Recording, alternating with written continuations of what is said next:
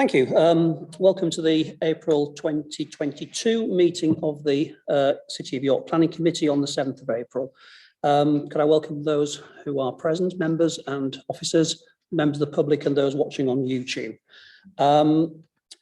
Just a couple of bits of housekeeping. Could ask all people to turn their mobile phones off or onto silent, please.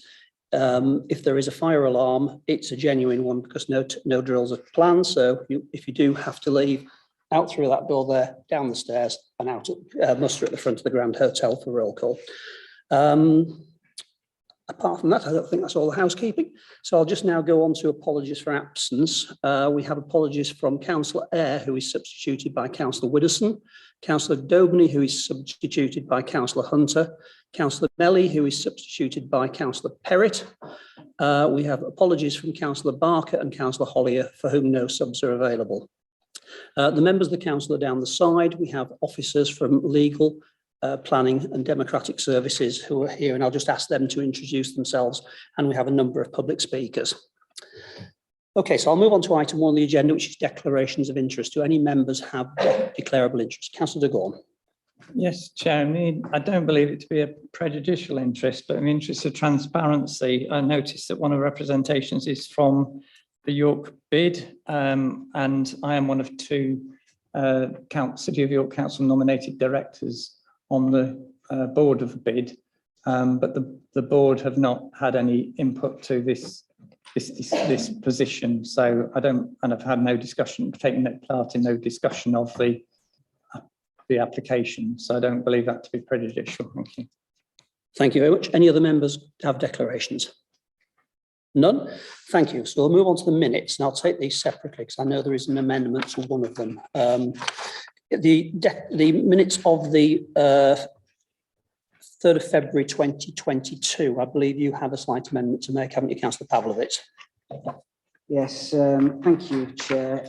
In the Alton Cars application, it states that the ward councillor, Councillor Rowley, he is a ward councillor, but he's not the ward councillor for that ward.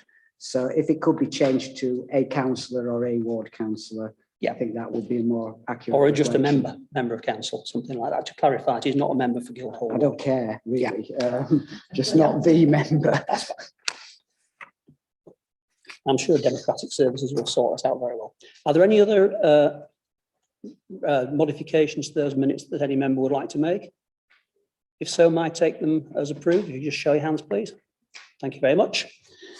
And now the other one is the March meeting, which was on the 3rd of March. Any amendments to those minutes as provided? Nope. Are you all happy to accept them as read? Thank you. Thanks very much. Okay, moving on now to public participation on items on the general remit of the committee. I don't think we have any speakers on the general remit of the committee. I think they're all on the specific application, so we don't need to worry about that one. And now we move on to the plans list. We only have one item on our agenda today, which is Spark York Piccadilly. There is some additional information which has been circulated to members. I will give you a little bit more time to read it at some point. And it's also been circulated to members of the public as well, so that's available for them. Okay, I'll ask now our Chief Planning Officer to take us away. Thank you, Chair. So I'm Becky Eads, Head of Planning and Development Services. I'll talk you through the presentation. So the applications for variation of condition 2 of a previously permitted application to extend the duration of the permission to the 30th of the 9th, 2025. So this is your site location plan here. I'll just outline the site with my cursor that you can see in red. And again, has that gone off? I thought it had.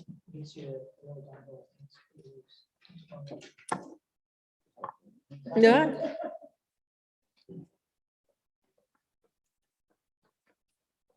Oh.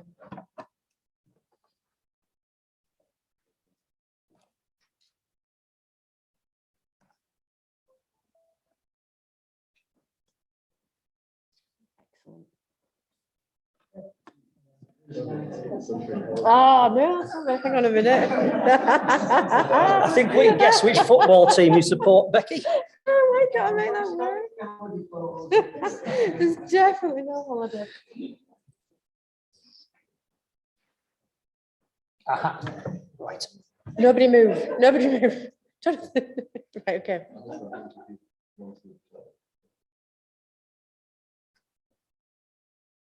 Right, okay.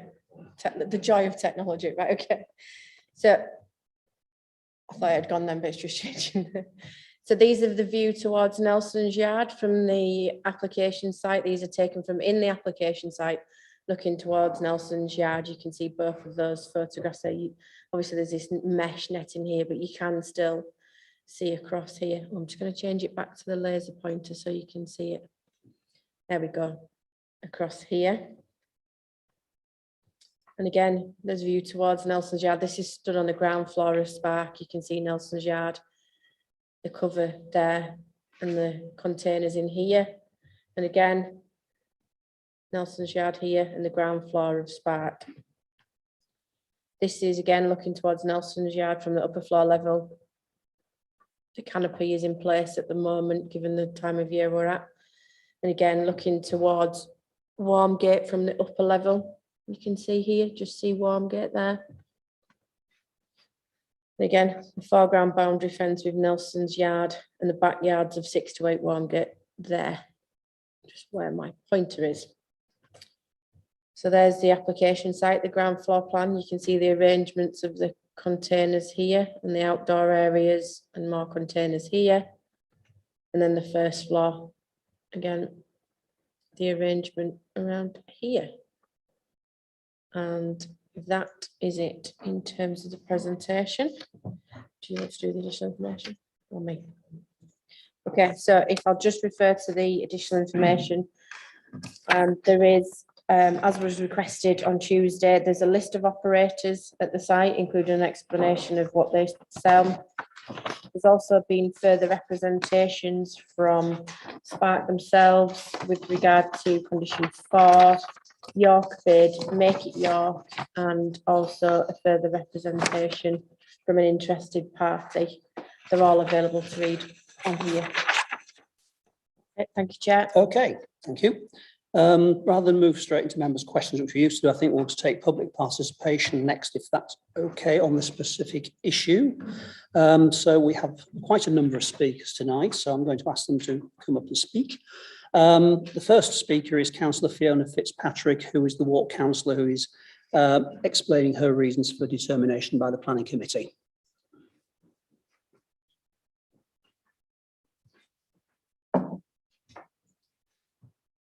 I think you know the drill, Councillor Fitzpatrick. Yes, I do. Thank you. Thank you, Chair. The reason why I want this brought here, I think it's in the public interest, really. It's a bit like Marmite in the city. You know, you either like it or you don't like it, whatever. I don't feel I fit into either. I've tried to be measured in what I've said over the years.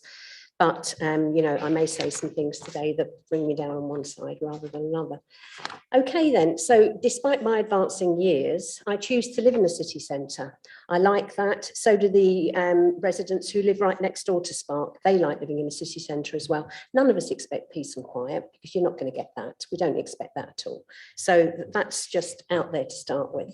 I love the buzz and vibrancy that you can get from something like Spark. I think it's great. As a Londoner, I've seen it under the arches in Brixton, the railway arches. It works perfectly. It does in Hackney, it does in Shoreditch, because we're talking about old industrial buildings, and that works well. In this context, we're talking about an outdoor space. Forget canopies, they won't be there much longer this as the months go on.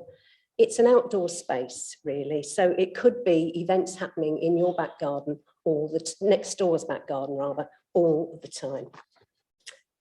Spark is a community interest company. I know a little bit about this because I am too for Red Tower. I'm a director there.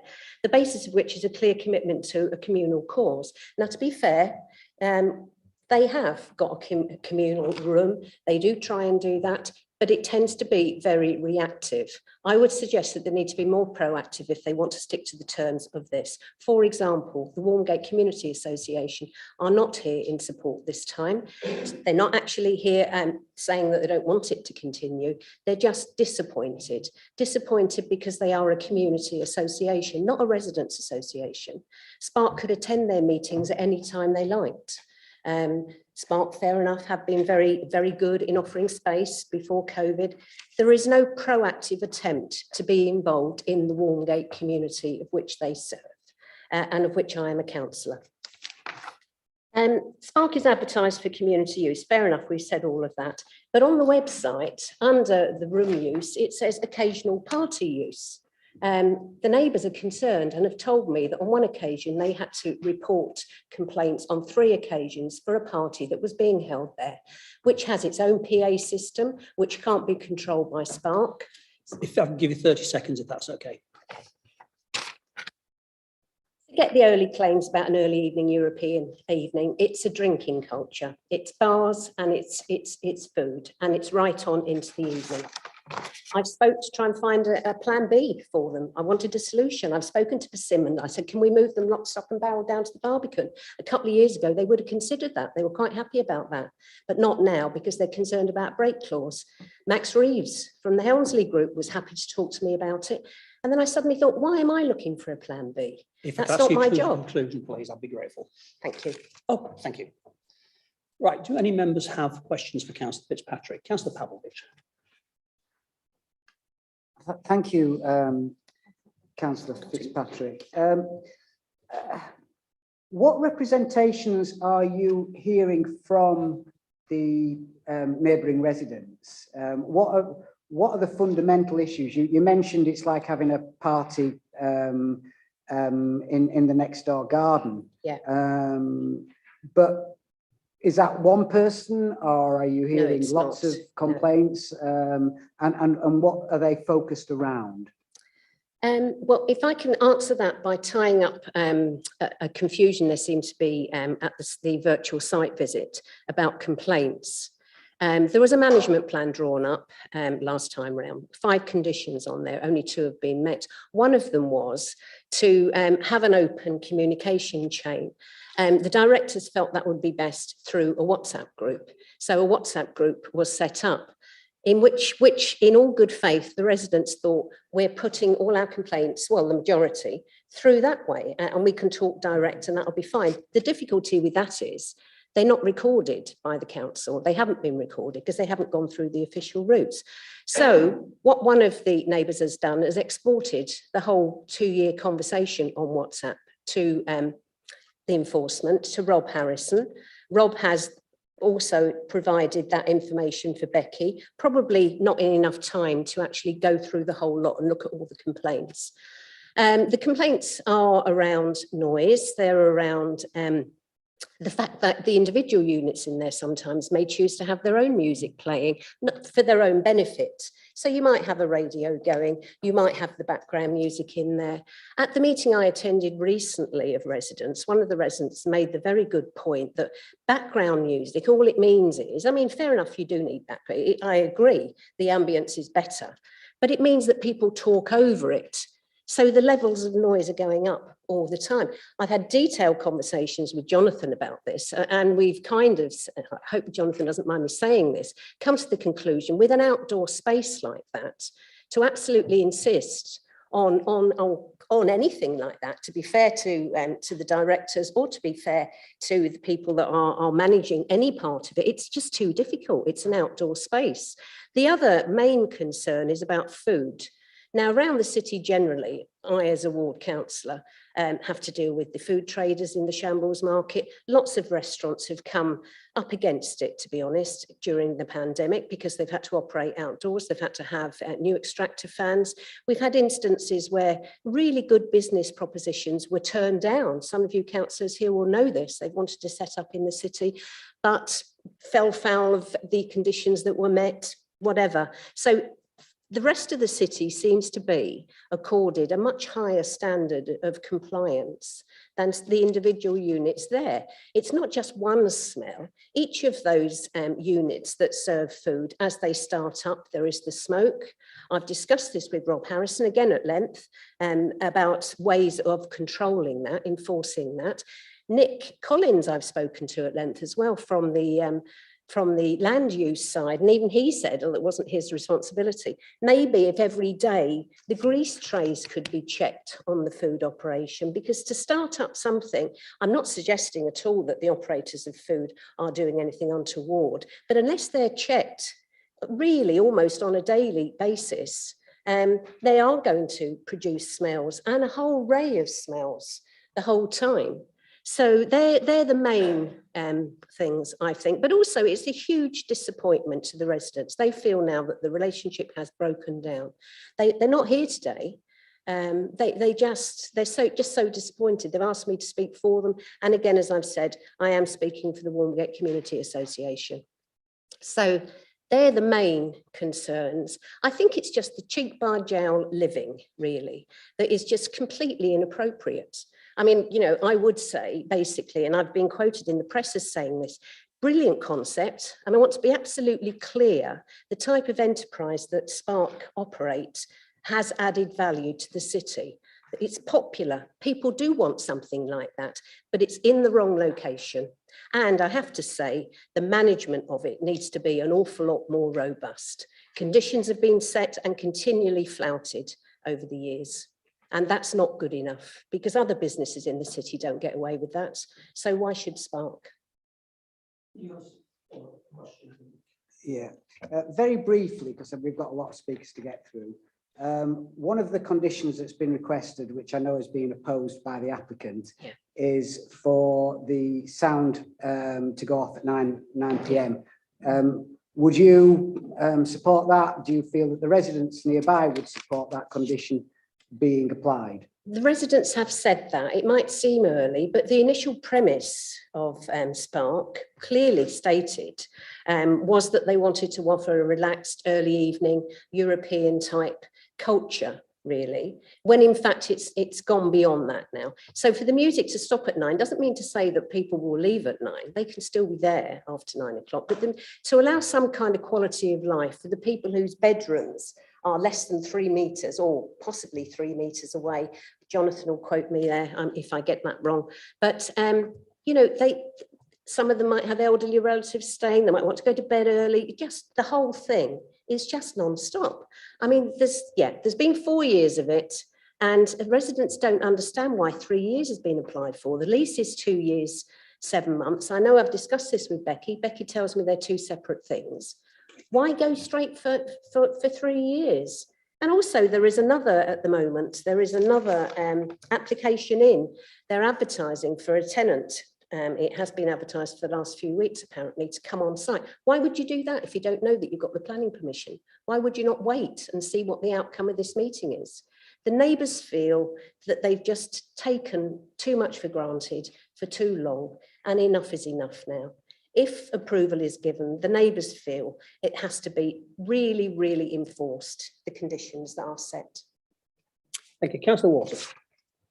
Thank you, Chair. There's one thing that really concerned me with a lot of these neighbours' complaints, and that was, well, we received by email today a list of complaints and various other things, and it seems to be the near neighbours are very nervous about having their identities or the names given.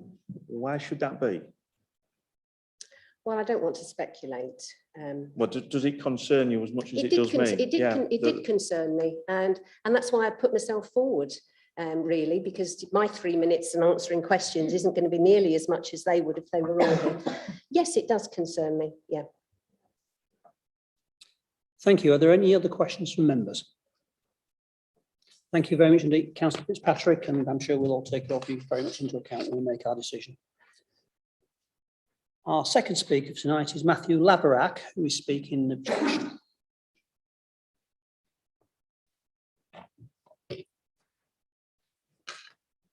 Chairman, before I speak, may I publicly thank Councillor Fitzpatrick for calling in this application so it can be considered in public and not simply rubber stamped behind closed doors. Right, you have 3 minutes then. 3 minutes. Away you go. This application makes a mockery of the planning system. Officers are supposed to act in the public interest, not in the interest of one favoured applicant. On a hidden site in Dringhouses, my client was told temporary use did not overcome policy objections. But for Spark, in a prominent conservation area, this rule doesn't apply. The Reynard's garage building was hurriedly torn down on entirely false grounds. There is a suspicion this was done specifically to make way for Spark. Yorkshire Air Museum's offer to restore the building to its Art Deco splendour as a visitor attraction was instantly rebuffed. Officers insisted on nothing less than site clearance. A developer offered to build apartments above shops. He did not even receive a reply. Then Spark suddenly appear with steel boxes that breach all local and national planning policies, completely out of character, shouldn't be there. Astonishingly, they not only receive planning permission, but also get a taxpayer handout and an incredibly generous lease. We were told it would be for 3 years only, but after 5 years, when Spark should be vacating the site, they are here now, back again, wanting more. They are never satisfied. There is no guarantee this fiasco of repeated extensions will ever end. We cannot believe anything that Spark or officers say. From first opening, Spark breached their lease and planning permission. Noise nuisance continues and cladding was installed only after a dismissed appeal. Spark directors make profits from private food and drink sales, but a profit share to taxpayers from the containers is nowhere to be seen. Spark is not what it claims. It is a hard-nosed business organisation that wraps itself in a cloak of community interest, but in practice takes full advantage of public funds to make profits for itself, while at the same time threatening dissatisfied subtenants to pay up or else. Spark and their cohorts try to show they have huge support. In reality, it is a limited number making a lot of noise. In any event, it doesn't matter how many like or dislike Spark. Government guidance is that strong support in itself does not make any difference. This whole affair requires investigation. There needs to be an independent inquiry to find out exactly what has been going on and how Spark have received such largesse. Planning decisions are supposed to be in accordance with policies and be fair and consistent. This recommendation fails on all those counts. You have the power to overrule this recommendation.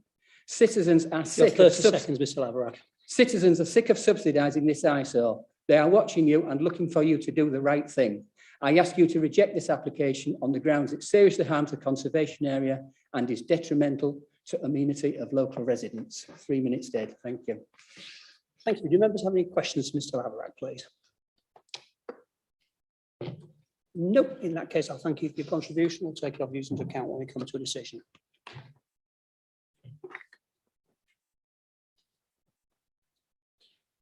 Okay, our next speaker is Yvonne Van Zeller. If you'd like to come forward, please.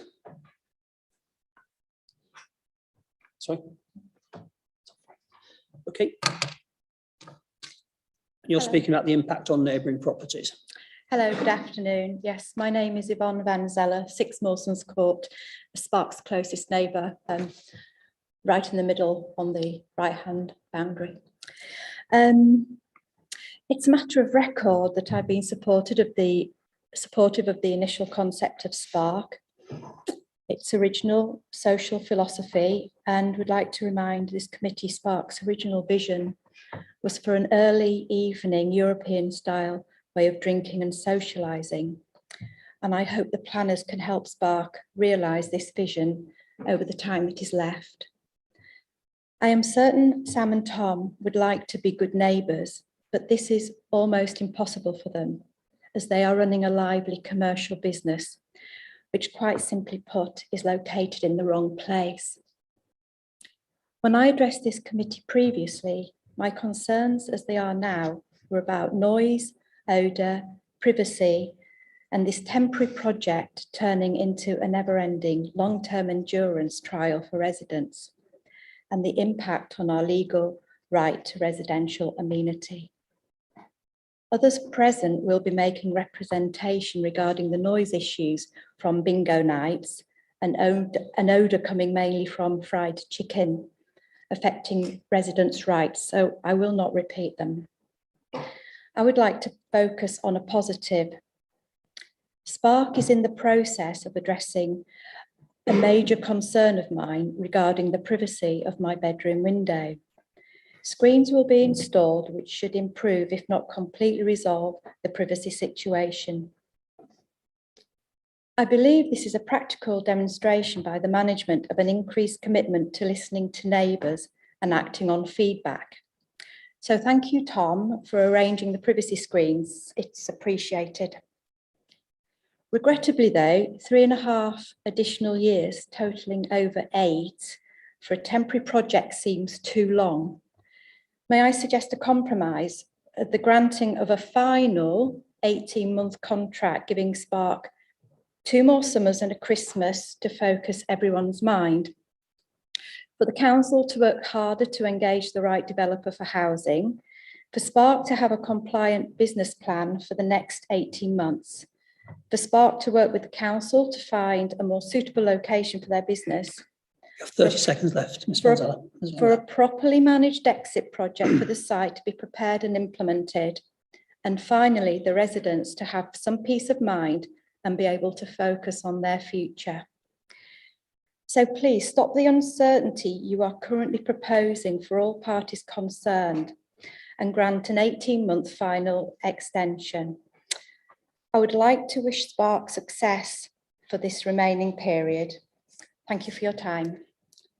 Thank you very much. Do members have any questions for Ms. Van Zeller? We've got, I think, Councillor Douglas, then Councillor Fenton, then Councillor Pavlovich. Thank you for speaking this evening. And I'm just interested, you say that you've managed to secure privacy screens. Do you know if anybody else along the border has? Because you're not the only person, I don't think, with a bedroom window that looks onto the site. I think you won't be able to see this. I wasn't shown on here, but so that's the flat. This is the canopy. That's the flat. That's the canopy. That's the bedroom window. So flat 6, Mawson's Court, is the only bedroom window that is looked down into.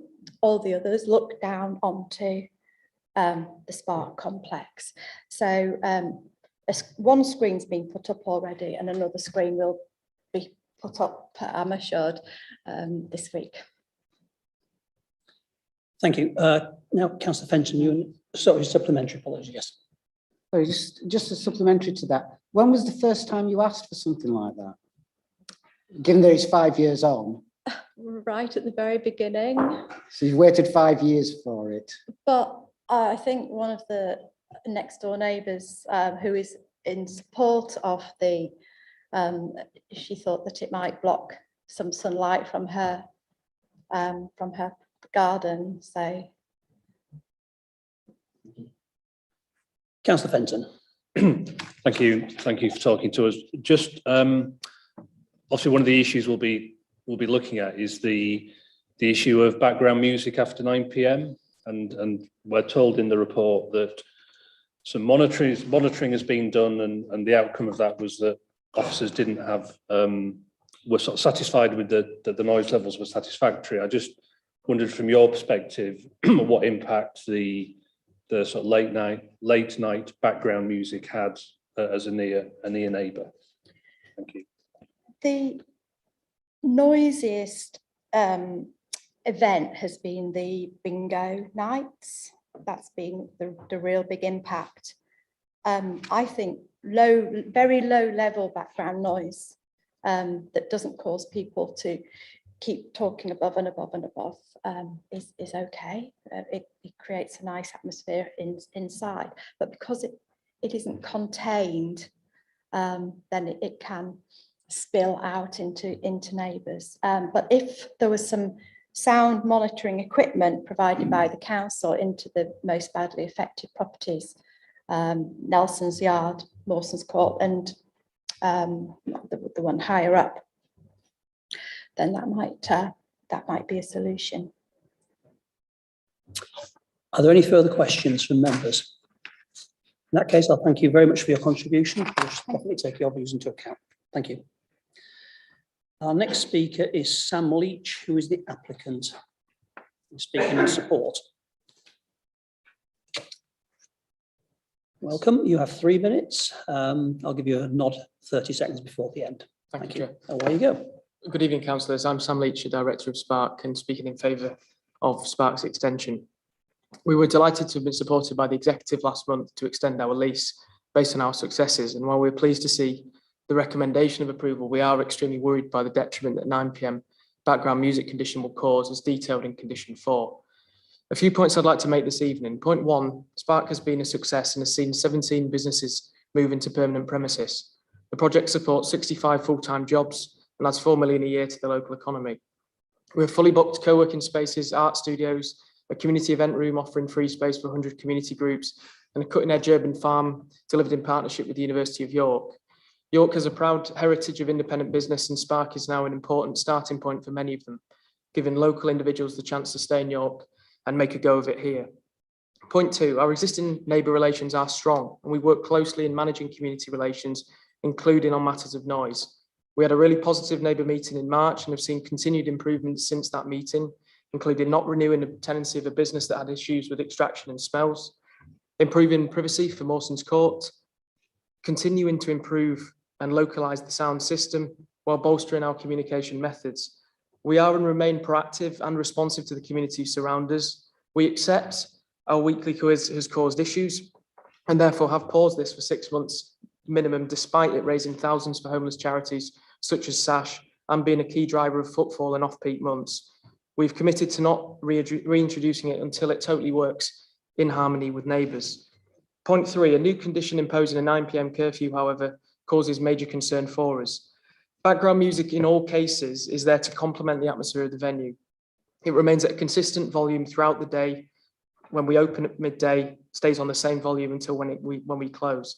In a large open space, it's especially important to create an atmosphere. We've not held a live amplified music event since January 2020, and our WhatsApp group in the last 6 months has only had 1 comment after 9 p.m. relating to background music and 3 overall. Public Protection has stated in the last 2 years there have been no noise complaints at all. Ambient background music allows our businesses to best attract and retain customers. 9 p.m. as a condition may seem a well-meaning balance, but it threatens the viability of our businesses and the jobs which underpin them. It also very dangerously sets a precedent for future and existing cultural developments that York should be wholly silent in the city centre after 9 p.m, which, if used against other businesses in the city centre, would almost certainly make them unviable. 30 seconds. Thank you. And cost scores of jobs. It's unanimously opposed by York Bid, Make It York, the Chamber of Commerce and York High Street Forum. And this condition hits businesses hard who are recovering from COVID and dealing with other rising costs. Please support this application and continue your work of sticking by York businesses by not imposing further conditions that will create an environment that's hostile to a vibrant and positive city centre. We ask that you approve our application, but without the proposed 9 p.m. curfew contained in condition 4. Thank you. Thank you. Do members have any questions for Mr. Leach, please? Councillor Waters. Thank you, Chair. I'm just a little confused where you say that you've got good relations with the close neighbours, which is quite at odds with what the ward councillor has just related on behalf of those neighbours who seem rather reticent, shall we say, to be identified and actually come to this meeting. I mean, I don't think it's fair to suggest that those residents don't wish to be on the public record against the project. Some of which have submitted objections, which are live on the planning portal that people can see. We have conversation on a weekly basis, and I'm sure other residents here will reiterate that. I think it's fair to accept that some residents totally fairly would rather that Spark wasn't there. Some of those residents have moved in since we've been here. Some have been there before. I do think that we are working through improvements and consistent improvements. I do think, and I've been honest in terms of things like our quiz, which is well-meaning but has caused issues, and that is an example of a number of things that we've changed. But ultimately, and Yvonne made a very good point, we are working with tricky boundaries. Yvonne is one of several whose garden is in very close proximity or balcony, very close proximity to the venue. For us, the point about background music is that that's helped police the venue. It's helped, in the 4 years we've been there, We haven't had any incidents of disorder at all. We never have an issue in terms of closing the venue. When the music is normally always turned off at 10 p.m. anyway, when the last orders are called, as a means of managing people leaving the venue.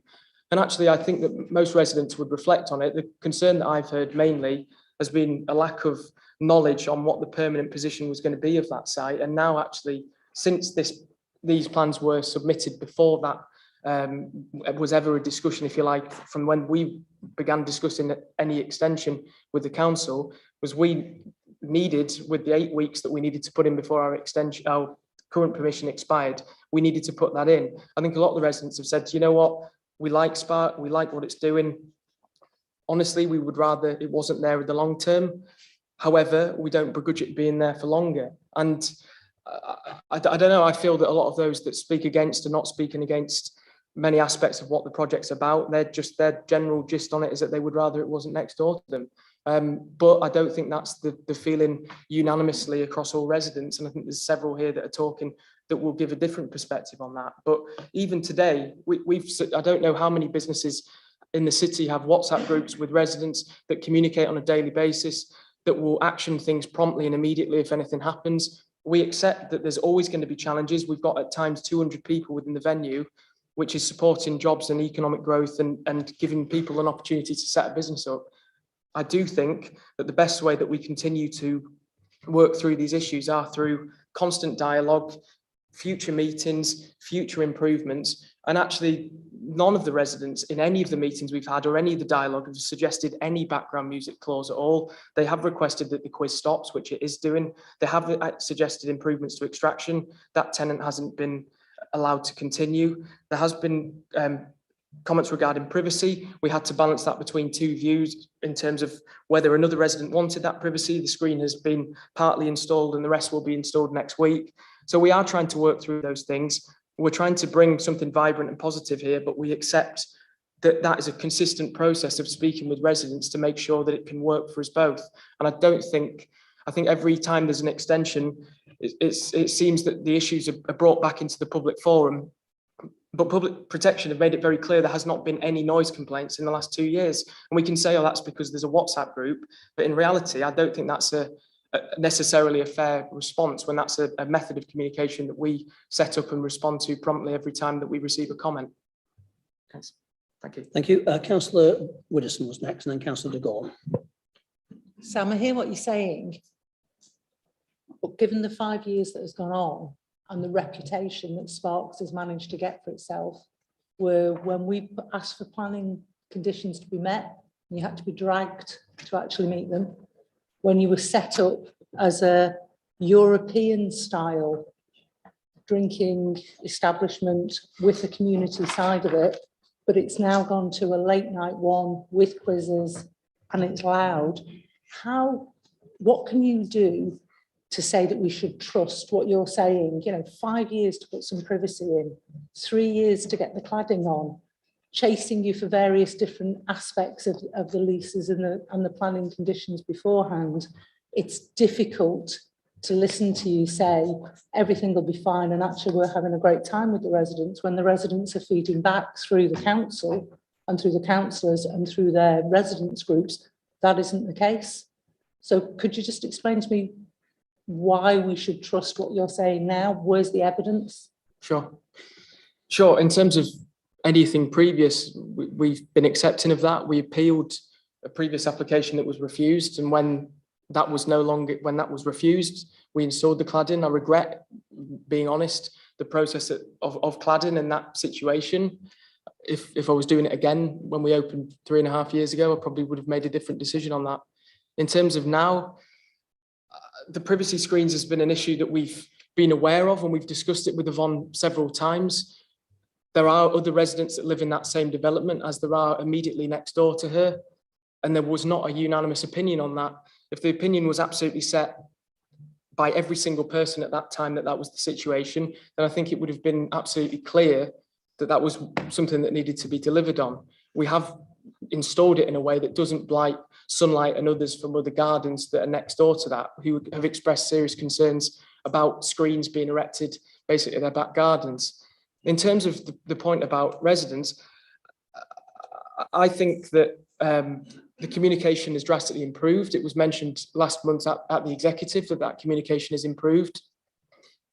I think that the way that we have managed situations with noise, I think it's fair to say that residents or some residents are not wishing to communicate those issues. There's nothing that prevents them communicating noise complaints. My response to that would be that we have improved since 2020 our means of being able to communicate with those residents regularly by immediate conversation. We know all of the residents personally. They all attend the meetings that we hold, and we co-design solutions and work through them. Clearly, COVID has been difficult in the sense that we've not been able to sit down and work through those things, and it's been generally online based, emails and WhatsApp. But I don't think that it's fair to say that we are at odds with residential amenity next door. Many residents come in and visit the venue. Children, older residents, we see that support. And in terms of groups like the Warmgate Community Association and others, they're all community groups that use the space free of charge that we have from our community room. So I don't think it's fair to create this picture that we are hell-bent on creating a late night venue. Our opening hours have never changed. We naturally turn music off anyway at 10 p.m. In terms of our kind of typical processes, typically the venue starts winding down anyway at 9:30, 9:45-10-ish anyway. And by that time, we start the process of people leaving the venue. Typically on a midweek evening, after 10 p.m, the venue is shut. How many late night venues shut at 10 p.m? I don't think that's the depiction of what we are. We are popular between the hours kind of from 6 till maybe 9:30, 10 o'clock. And that's our key demographic of how the business is viable, certainly for food operators especially. So I don't think the situation has personally worsened. Clearly people will have can have difference of opinion on that. But do I think that it's hell-bent as being a party venue and all the rest of it? We are not, other than the quiz, which I've accepted and do accept, while it's well-meaning has caused issues, I don't think there's anything else within our event calendar or schedule that creates any form of amplified music or noise or anything at all. We're not allowed to do that. So I don't think it's a true depiction that we're having this party on Piccadilly while everyone else is despairing. And I think other representations will validate that. Thank you. Councillor de Gorn. Yes, thank you. One question is following on from that, and a second one. Given what you've said about background music, the proposed condition that we've got is for outdoor areas, no music or amplified sound after 9 o'clock, except for Friday and Saturday. So there's still provision within the condition for Friday and Saturday evening. And given what you said about things winding down by 10 o'clock anyhow, what have you had any conversations about the choice of 9 o'clock as opposed to any other times? And what would you say about that? Yeah, we haven't been presented with, understandably, haven't been presented with any choices here. It was just 9 p.m. what's been suggested, and it's been said that that's what the recommendation is. The reason why 10 p.m. is very different from 9 p.m. for us is because 9 p.m. to 10 p.m. is still a key part of the trading day for a lot of our businesses, and is still a key part of their viability. If they are consistently taking 15 or 20% less on a daily basis, then that has a bearing on the employment that they take on and their own journeys into permanent premises. I think as well, the confusion for me around the condition is the fact that it's justifiable on a Friday and Saturday. The music is on at all times. If the music is audible and problematic at 12 p.m, then it's going to be audible and problematic at 9:01 p.m. So there's no meddling. We don't go, let's turn the music up, let's create this party atmosphere in the evening. There's no difference on a Friday and Saturday. And a big part of what has been successful for us is about how we bring people to the venue during the middle of the week. We're not just there as a Friday and Saturday venue. We're popular amongst residents during the week because it is a place where they can go in a communal social space that is full of different generations, but is a positive and controlled atmosphere. And I don't think that, I think the balance of the viability factor, and also, while I think it will weigh out, be a much longer situation than just us, there's businesses that will be there much longer than Spark will be that may have to face the precedent of a new understanding that things should be totally silent by 9 p.m. in the centre of York, which I think is going to have an impact on cultural developments to go forward in the city, which, as I say, may seem well-meaning. For us, the music is off at 10 p.m. anyway, but to kill 20% of trade in an hour's period, for me, when there's no discernible evidence through the communication channels with the WhatsApp, seems to me to not on balance be the right decision, personally.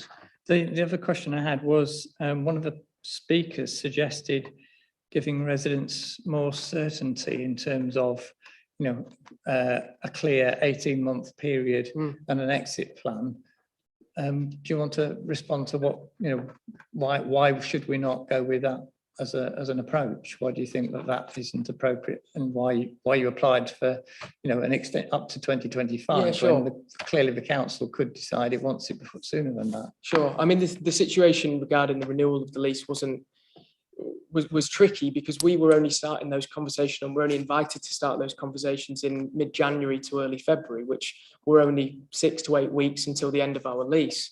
Right. We, as you know, have an 8-week period to try and have a application put in before then it can be reached before our temporary permission expired. We made the decision based on really the best case scenario, that we felt that 3.5 years gave some bandwidth, but my feeling is not that we'll be there for another 3.5 years. Obviously, the lease that was confirmed was 2 years, 7 months, with the soonest of 19 months when we may have to vacate in full. And we're of course planning for that scenario, and we're already trying to plan that with our businesses in terms of potential units where they can move to. And of course, we reflect that in our own leases with the businesses. So we're not looking for stealth permanency. We've always said, people who live and work and have grown up in York, will be in York for as long as there's perceived value for us being here. It has been tricky, I think, with COVID to try and understand the firm picture. And the one benefit now for us is knowing that we are now working towards a definitive end date for the project, and I think that will help us in terms of next steps, hopefully onto another site in York, if that's what the public will is effectively. If people want us to stay here and move on to another site, then it's something we'll look at, of course. Thank you, Councillor Pavlovich. Thank you for a supplementary as well. Yeah. Thank you, Chair. I've got a supplementary to Councillor de Gaul's first question, not his second question. Correct me if I'm wrong, but when planning permission was first granted in 2017, wasn't there a condition that the noise went off at 9 o'clock? No, it was related to seating areas at 9 p.m. It was about some sections of the venue should be vacated of people within those areas at 9 p.m. So the music was always allowed to be on until 11. Yeah, there was never any restrictions to music. That being said, regrettably, in our earlier days, we had a very basic sound system where it was 2 centralised speakers that played background music. Since then, we've got a zoned system, which means that we can control different zones. So, for instance, there's a zone in front of Nelson's Yard. There's one in the ground floor with Mawson's Court, Barleycorn Yard, and then there's 2 upstairs zones. So now we've got a much better, we've got a lot of localized smaller speakers that allow us to turn those down. But as I've mentioned, we just kind of set that at a consistent volume, turn it on, turn it off type thing. So, but there was never, I don't believe, any kind of restrictions on noise. But in July 2021, you actually got a breach of condition notice in respect of the noise exceeding that level. What happened? So I believe that the condition was an investigation relating predominantly to extraction, and this is in the public protection report, relating to smells coming from a business. In terms of the investigation related to about the loud issuing regarding playing music louder than the background noise at the south boundary. That's the one, not the noise. Sure. Well, I believe that was alleged. Rob Harrison visited. There was a continuous period of monitoring that, and it was found that there was nothing in breach of that condition, so there was no enforcement action taken. So there were no issues. It was an alleged incident, but when it was investigated, there was no basis for that alleged incident.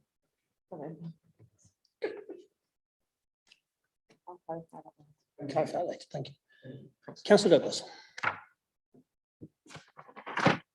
Thanks, Chair.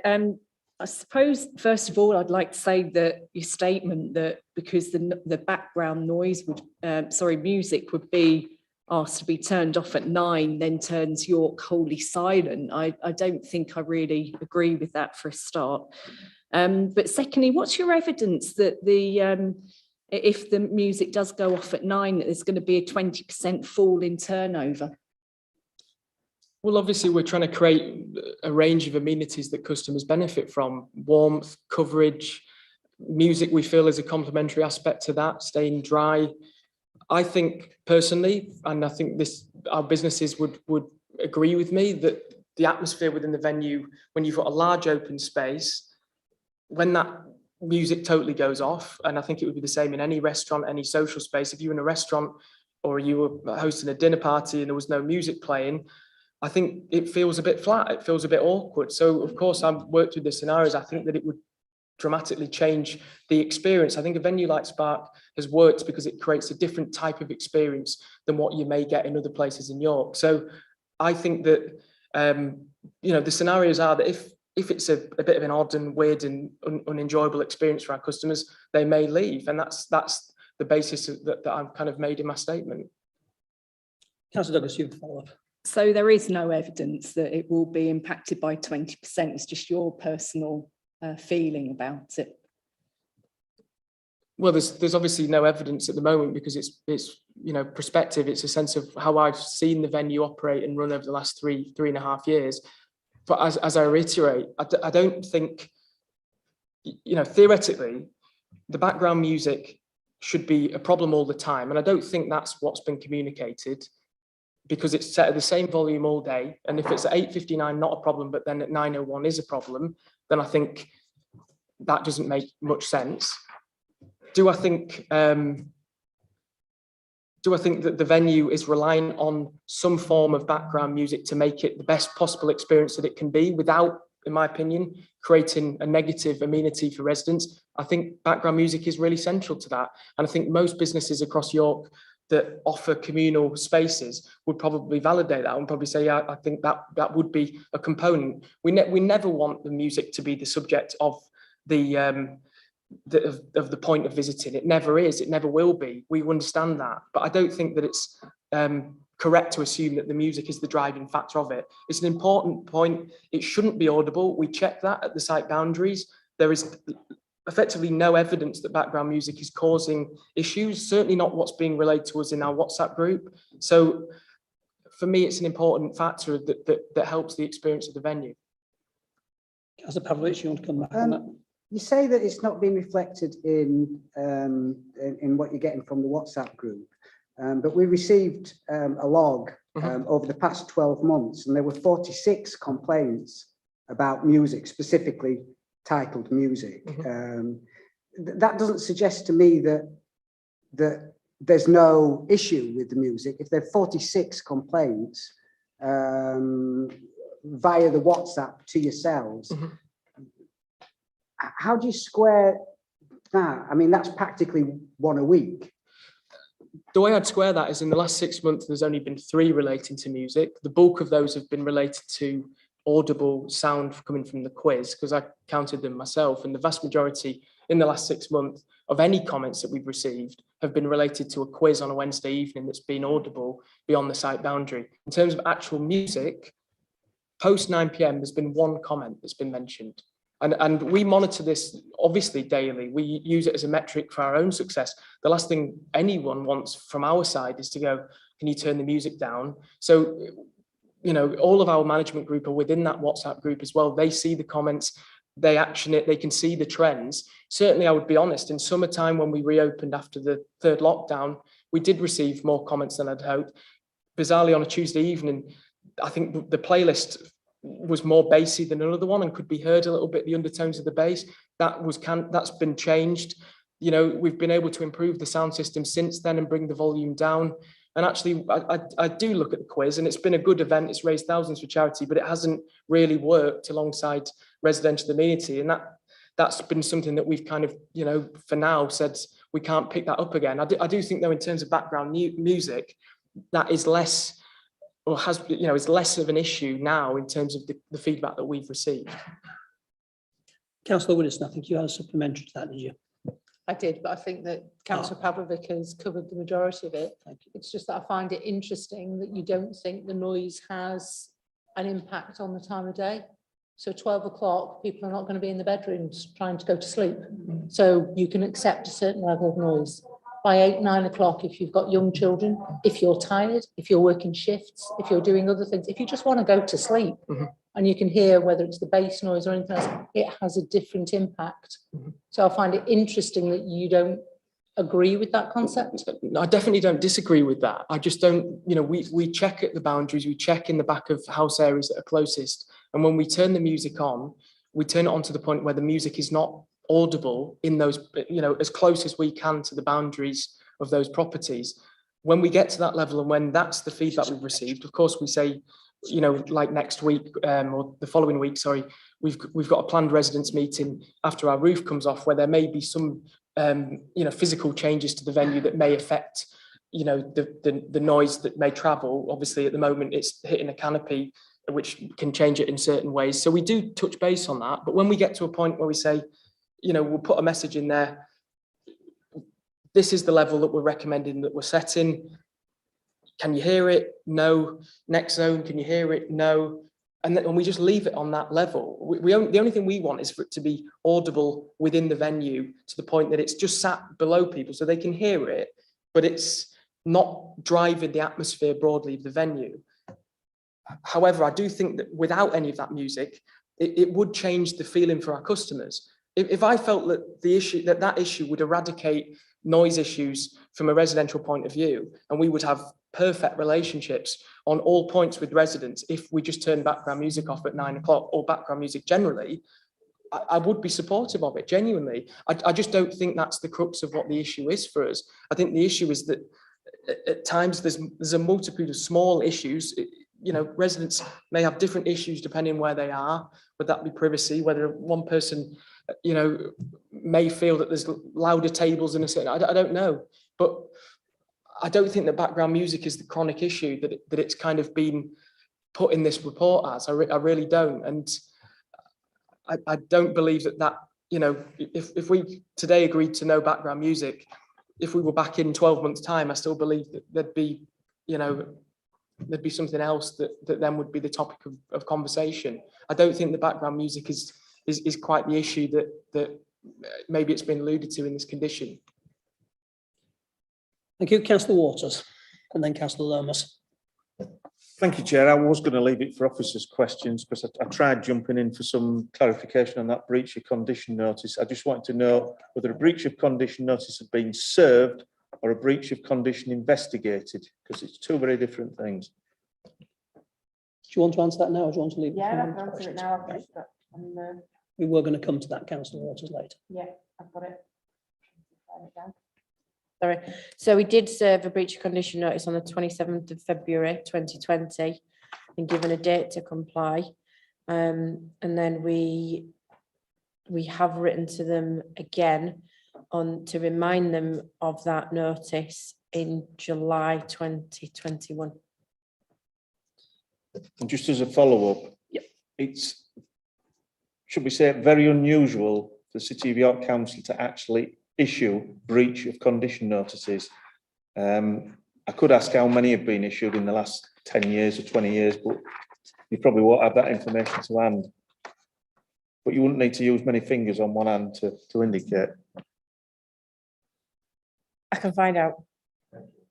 Chair, sorry, may I come in just because I do have the breach of condition notice here in front of me. Just that was because I think that Councillor Pavlovic, you asked about it, and just so that there's no suggestion the committee's been in any way misled about what the breach of condition notice was for. It related to breaches of condition 1, which was compliance with plans. Condition 3, which was about fencing, containers and ramps. Condition 14, again, was about the area that had to be open to customers within certain times. And then condition 6 was that there shall be no performance playing of amplified or recorded music that would exceed background noise levels at the site boundary. And the breach of condition notice said that comply with condition 16 by reducing the volume of any performance or playing of amplified or recorded music so that any resulting noise does not exceed background noise levels as measured from the boundary. I just thought that needed clarifying because I wasn't sure whether I misheard, but I thought that Mr. Leach said that the breach of condition notice didn't cover recorded music earlier when you responded to Councillor Pavlovich's question. I'm not sure whether you did or didn't say that, or I misheard, but I'm just thought so. Just so it's clear to the committee what the breach of condition notice related to. Are you happy with Thank that you, reply, Councillor Waters? Oh, sorry, Councillor. Sorry, just to come back in, we wrote to them on the 13th of July last year, and on September the 21st last year as well. So we wrote to them twice last year. Councillor Pavlovich. So can I just ask why you wrote to them? Was that in respect of a further allegation, or you were just saying that you were now satisfied? No, we wrote to remind them of that there was a breach of condition notice, to say, look, And is this that something that you normally do? Yeah, we can do. We can say, look, you've already got a breach of condition notice. If this continues, we'll look to take further action. Sorry, maybe I'm being a bit dim.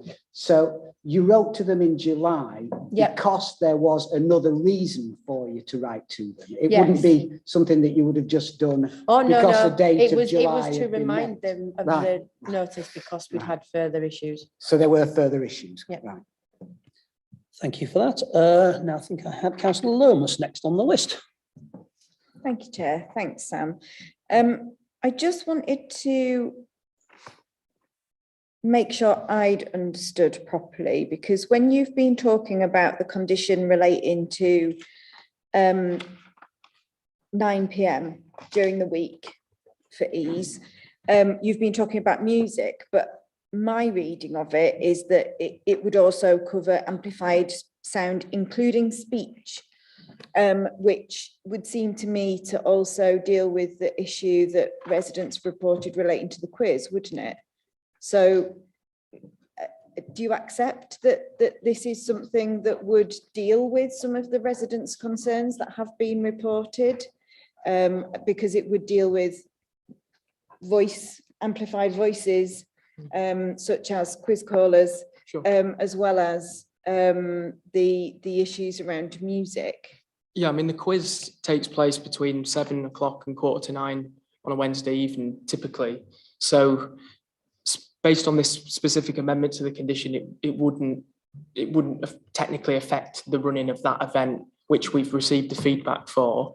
Of course, you're right, it's more than just music. Sound and amplified sound is one of those. Clearly, the condition already makes very clear that any noise that exceeds the background noise level is already covered off in that condition. Our lease already says that there's impacts and repercussions if we are in breach of conditions. I'm not sure I spoke to Rob in detail when he came, and he said it was about extraction, and then there was an alleged filming of something that then was investigated, and no further evidence was found of any breach, if I'm wrong. And obviously Public Protection have made it very clear that there's not been any noise complaints at all that have been taken forward or have been found to be in breach at all in the last 2 years. I think, February 2020, well, feels like a long time ago, but just to go back on in terms of the situation regarding that condition, the condition itself already deals with that as a matter, the quiz as an event finished before 9 PM anyway. It was designed as a midweek off-peak season event to try and bring people here and to raise money for charity. Clearly, that event hasn't been successful in being able to be carried out without being audible beyond the boundary of the site. However, the existing condition already makes it very clear that it shouldn't be audible beyond the boundary anyway. So for me, the 9 PM specific clause doesn't do anything more than the existing condition already achieves. Thank you. Do members have any further questions? Thank you very much for your contribution. We'll take their views into account when we come to a decision. Now, we've been going an hour and nearly 10 minutes. I think that probably is an appropriate time for a very short comfort break. I know we've had one member of the committee who's not feeling terribly well. So we'll just take a 5-minute break if that's okay. And then we'll have the further speakers after that, and then we'll move into members' questions. Okay.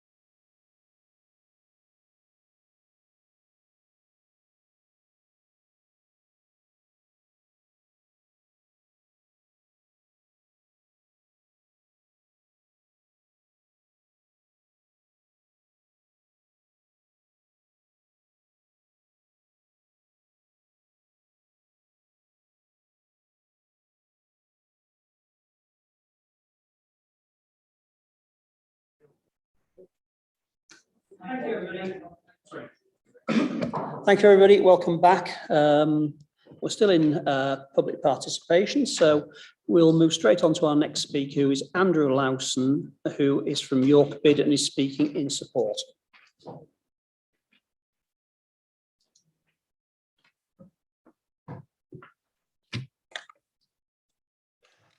Welcome. You have 3 minutes starting now, and I'll give you a warning, 30 seconds. Evening. Thank you, Chair. Yeah, the business community at large welcomed the proposal of Spark's lease being extended, and I hope the committee tonight will ratify that temporary lease. When business talk to me about the benefits of Spark, it usually kind of falls into the following categories. Innovation. 2 young entrepreneurs took a risk, the city backed it, and it's become a huge success. So I think let's celebrate that. It attracts a demographic that the city needs. Local people engage with it, but it also does very well, drawing students off campus areas. Professional services companies tell me that Spark is a good selling point when they're trying to attract workers. It offers something different when they talk about the diversity of York. And it offers flexible working space, something for small businesses, and that's something lacking in the city, yet in high demand in post-COVID times. I'd like to make a couple of observations just regarding some of the comments in the planning application from the Guildhall Committee. Saying that Spark has drifted from business incubator site to a licensed bar with music, I think is downplaying some of the community activity that takes place. In the past few weeks, I've witnessed the following. A government organisation used the venue to communicate about its loan facilities. I've met the Street Aid Project, who've talked about the £9,000 raised at that venue alone. This week, the York Postal Harriers had their athletics club, had their AGM there, and it's regularly used by green and sustainability groups. Is the venue food led? Well, yes, it is. But businesses have to adapt to what consumers want. You do look at the Guildhall development itself in the city centre, which is going to have flexible business space. It's going to have a food-led offering. So let's not single out Spark for adapting to what customers want.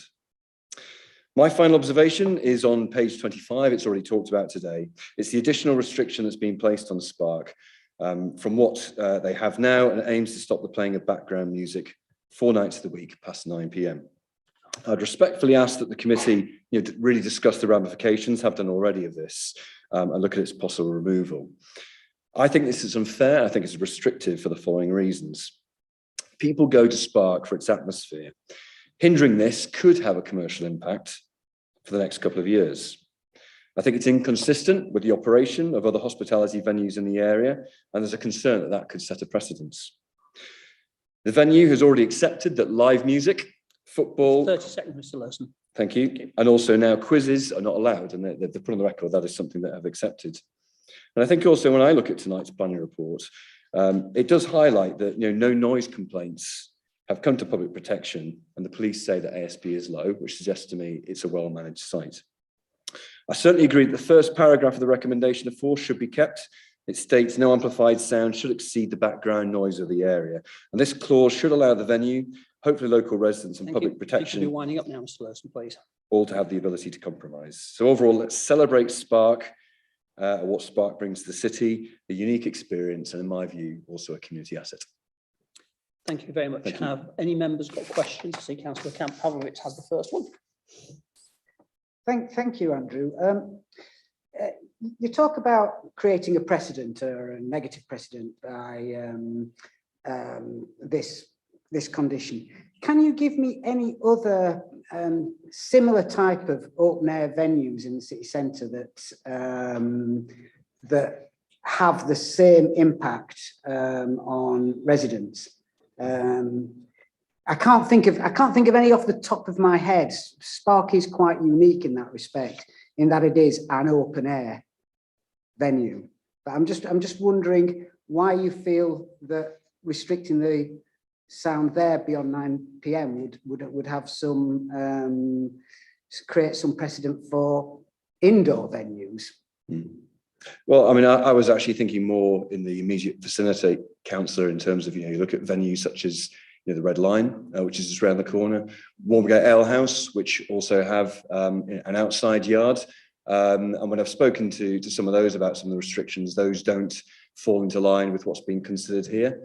I mean, I take the point that they don't do live music, but they have speakers in those outside areas. So I suppose the question is why would this be different to some of the the planning licenses that they have? So it's making more that point. Right, thank you. Any other members got questions for Mr. Lowson? Nope. In that case, I'll thank you very much for your contribution. We'll take your views into account. Thank you. Our next speaker is Nigel Wilson, who is speaking in support. Mr. Wilson, if you'd like to come up. I think you know the drill. Thank you. 3 minutes, and I'll give you a reminder after 30 seconds before the end. Thank you. Good evening, councillors. I'm Nigel Wilson. I live in 3 Nelson's Yard, York. I'm speaking as a neighbour and customer of Spark, and broadly as a York resident. I'm also a director of the Nelson's Yards Management Company, but these are my personal views, not the views of the entire development. It was over lunch in Spark with my family that I decided to buy my house. We thought it'd be great to live next door to Spark. I wanted to be part of the hum of city centre living. My experience as a neighbour of 3 years has generally been very good. There have been occasions where elevated noise levels from sporting events has caused a nuisance, but these are very much the exceptions rather than the norm. It's only recently that I met the directors of Spark in a neighbour meeting, and they do seem genuinely concerned with maintaining an open dialogue. And I recently joined the WhatsApp group and could see the level of interaction that they're offering with the neighbours when there are issues. I didn't expect a quiet suburban residential area when I moved into Nelson's Yard, and it seems like a continued dialogue with the neighbours at Spark is a sensible way forward. The introduction of a blanket sort of 9 PM noise curfew seems like rather a blunt instrument to deal with what's a much more nuanced issue that we're dealing with here. Spark has provided something that York doesn't have anywhere else. We've seen it incubate some really fantastic businesses that I frequent, things like Flory Bakery and Donna Summer. Following decades of neglect, Piccadilly is moving towards being a vibrant mixed-use city centre quarter, residential, commercial offices, hotel, leisure, retail and entertainment. It's this dynamic community that I would like to be a part of going forward. I don't want another derelict site on Piccadilly like Swinson House or the Banana Warehouse. I don't want your residents to lose the benefits of Spark. I would like the committee to approve the planning proposal in front of them and preserve what is a great resource and venue for the York community. Thank you. Thank you very much. Councillor Douglas, question. Thanks, Mr. Wilson. How long have you lived in Nelson's Yard? 3 years. Okay, thank you. Thank you. Any further questions? Oh, sorry, Councillor Pembrey, sorry, I couldn't see you. You do know it's not going to stay there forever, don't you? I do, and I'm very disappointed by that. Sorry, it was just, I Yes, just no, got I the recognise. impression that you wanted it there I would love it to stay. for all and- eternity. And I'm slightly perplexed by the affordable housing proposal, really, because I don't know how you make housing affordable on Piccadilly when apartments are £500,000. And it's been proven, I used to live in Hungate and they didn't work in Hungate. I believe the developer couldn't get a social housing operator to take the units on and they got sold to private landlords. So it might not be Spark forever, but I'm not sure if affordable housing is the answer. Are there any further questions for Mr. Wilson? Thank you very much for your contribution. We'll take your views into account. Thank you. Thank you. Our next speaker is Mr. Jeff Beacon, who is also speaking in support. I think, Mr. Beacon, you know Jen, you've been here before.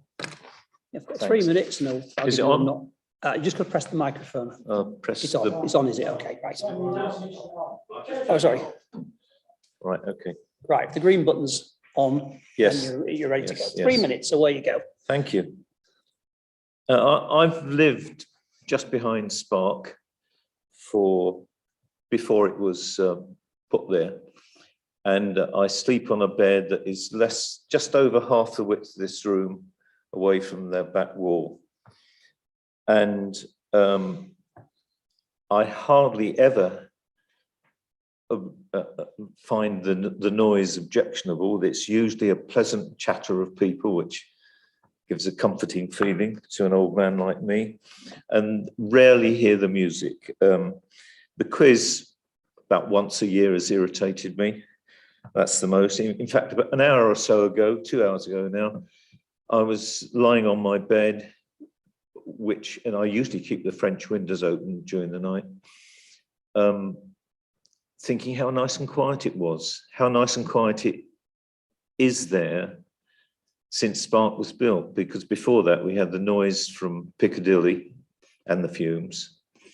And during the later evening, 11, 12, 1 o'clock, 2 o'clock, we don't get this. I don't hear the screams anymore or the shouts from people coming home from rowdy drinking sessions. And that makes me feel more comfortable having that barrier between me and the noisy bits of York, because, well, there's just a brick wall between me, not very high brick wall between me and Piccadilly. If you took Spark away, brick walls are quite easy to get over. So being a bit, slightly paranoid, I think that's an easy entry for anybody that wanted to do no good. Smells, originally, a few years ago, cooking smells got to me a bit, and perhaps even 6 months ago, but I haven't smelled anything much since then. And I've had no really unpleasant experience since I think one of the ovens there caught on fire during the evening. I don't go to Spark very much, but when I do, someone mentioned demographic earlier. They are nice people that go there. And I think we ought to ask the police architectural officer, not only if Spark could be better. You've got about 30 seconds, Mr. Beacon. Okay, but if it makes Piccadilly better, because I think the environment of Piccadilly is now safer because Spark is there. They've got CCTV on the outside. They've got all these nice people milling around, which tend to dilute, I don't like to use the word, bad elements that might be getting angry with each other. So I'm really glad Spark's there, and I don't see the objections. I do wonder if the objections of some people are slightly modified by the fear that their property values might be going down, but perhaps that's an unfair thought. Thank you. Thank you, Mr. Beacon. If you could just remain, have any members got any questions they'd like to ask Mr. Beacon? Councillor de Gorn. Yeah, just one. If the application was refused or only granted for a shorter period of time, which potentially could mean the site was just left vacant until the council was ready to develop it, would you have some concerns about that? Or, I would. I feel it keeps the place safe. It's natural policing, and I think you ought to have more conversations with the police architectural officers. Obviously read Oscar Newman's book, Defensible Space, and other things like that, because it does change the nature of that area of York. Mm-hmm. Thank you. Thank you. Any of the members got further questions? In that case, Mr. Beacon, I'll thank you for your contribution and we'll take your views into account. Have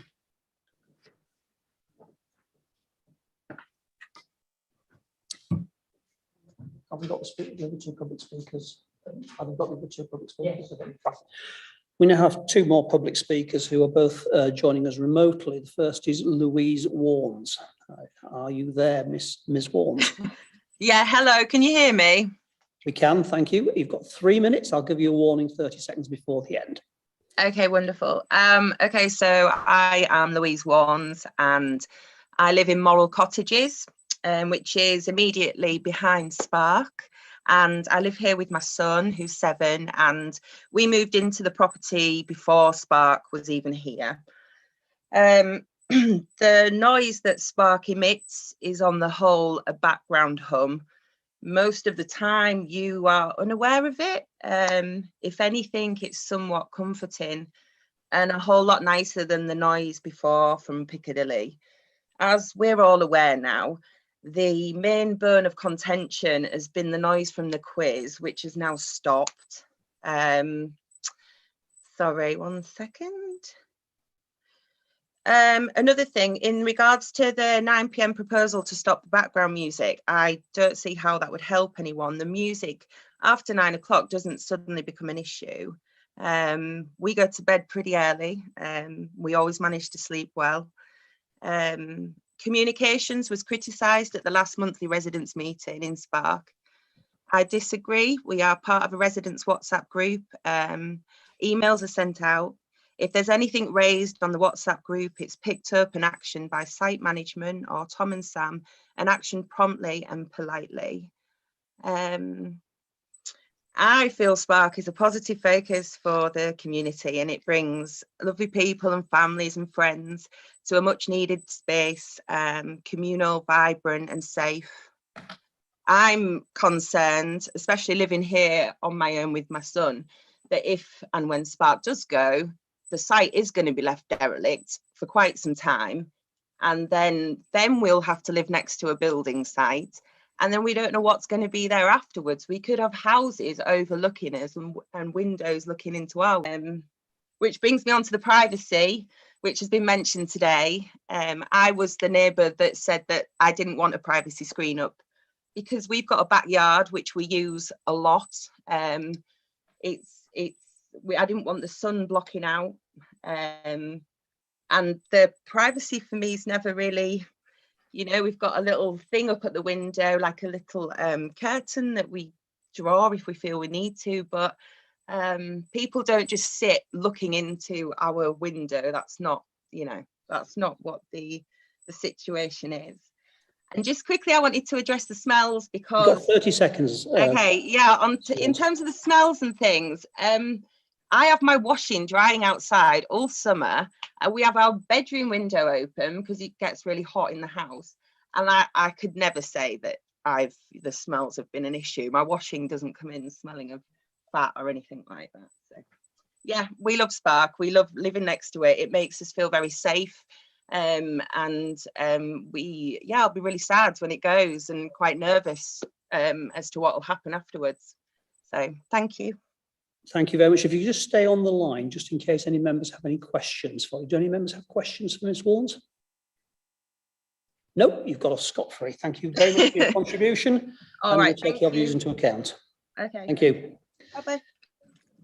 Thank you. And our final speaker for today is Councillor Callum Taylor, who is speaking in support. Good evening, Chair. Can you hear me? We can hear you loud and clear. I'm sure we could do if you hadn't got the microphone, knowing your voice. But yes, we could hear you absolutely fine. Thank you. You know the Jen, you've got 3 minutes. You're speaking support. Yes, that's right. Much appreciated. Over the last few years, as both a resident and councillor, I've followed Spark with interest and I've loved to see it. This is why I've asked to speak tonight. There's clearly issues needing attention in Spark's immediate neighbourhood, but I do think Spark is, on the whole, despite being temporary, one of the best additions to York that we've had in the last decade. It breaks away from the bland. It gives startups a chance to succeed, offers affordable and free space for creatives, community groups and charities to do their thing. And compared to much of the city centre, I'd say it's one of the more family-friendly licensed spaces that we've actually got. So it's with relief that planning appear to get this by recommending approval. On the negatives, I'm glad the councils continue to resist some of the obsessive hyper-scrutiny that a few have placed on Spark over the years. However, the concerns raised by those living next to the site do need taken seriously. Though the vast majority of comments on the portal are in support, there is a minority of largely reasonably written objections which need a meaningful response, and almost all of the conditions to offer this are fair. However, one half of number 4, that is, to stop all amplified music at 9 p.m. on Sundays to Thursdays, feels like an arbitrary sledgehammer to crack something which is either a nut, a large egg, or a bowling ball. It's just not clear. Such a condition should be based on a more accurate sense of the noise issues. There is a gap between the official complaints that the council see and those outlined by objectors, which suggests a problem with communication and reporting. And the notion of a WhatsApp group to field issues doesn't seem to be working. But bringing in this 9 p.m. limit will have consequences which I think for the most part will be unintentional. Key midweek trade, i.e. from students, will take a hit, and they'll be stifled for the major periodic sporting events which Spark has become a highlight for. 9 p.m. is actually quite early. The quiz which Spark know has caused issues and has now stopped, finished by 9 anyway, This condition wouldn't touch that. The only thing this would do is kill off any atmosphere at this time and hit the startups for whom every hour of customer experience is critical. Surely the council can be a bit smarter here. If seriously somehow deemed critical, then calling it 10 PM instead might represent some sort of compromise and enough of a line in the sand, coupled with a serious commitment from Spark to engage in regular neighbourhood liaison, independently chaired, but involving them, residents and local councillors. Finally, Chair, whatever eventually happens with this site, then I really hope it's not the last of Spark. I hope that the council does what it can to support it into a new home to be even better. I'm sure that the York Central site, thank you.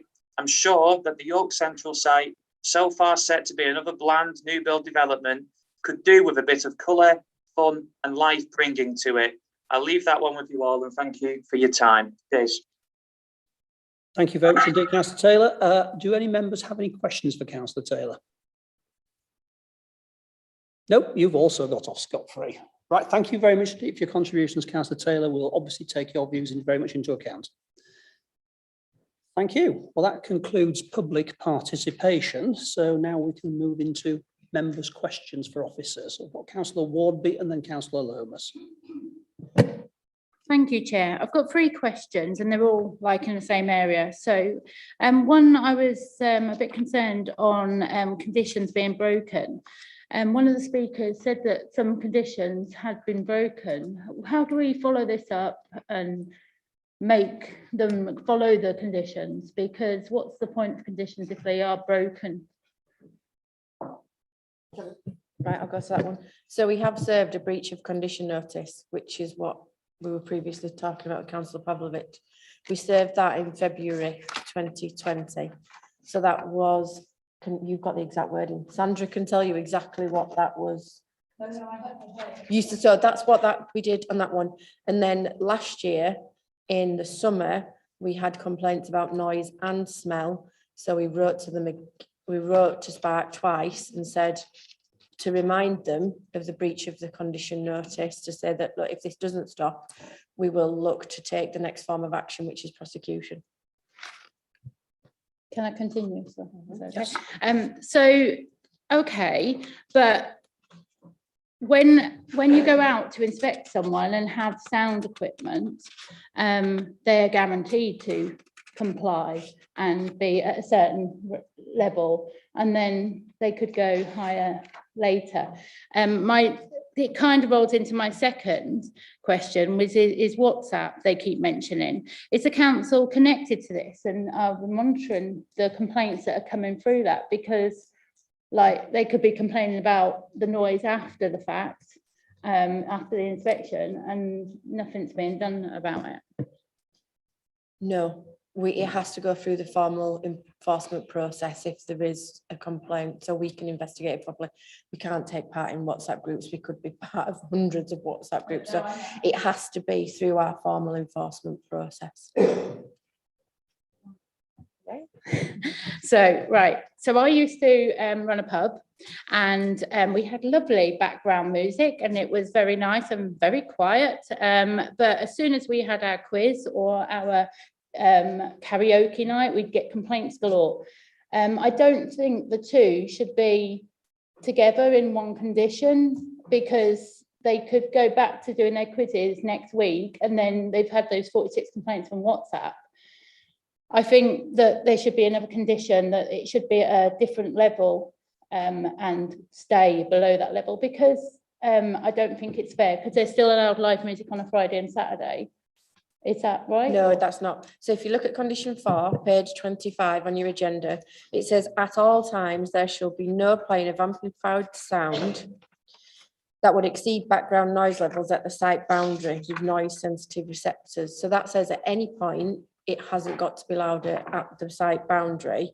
But then the additional that's been added is that it says there should be no playing of amplified sound in external areas after 9 o'clock at night, Sundays, Mondays, Tuesdays, Wednesdays and Thursdays. So they relate to each other, hence why they're in the same condition.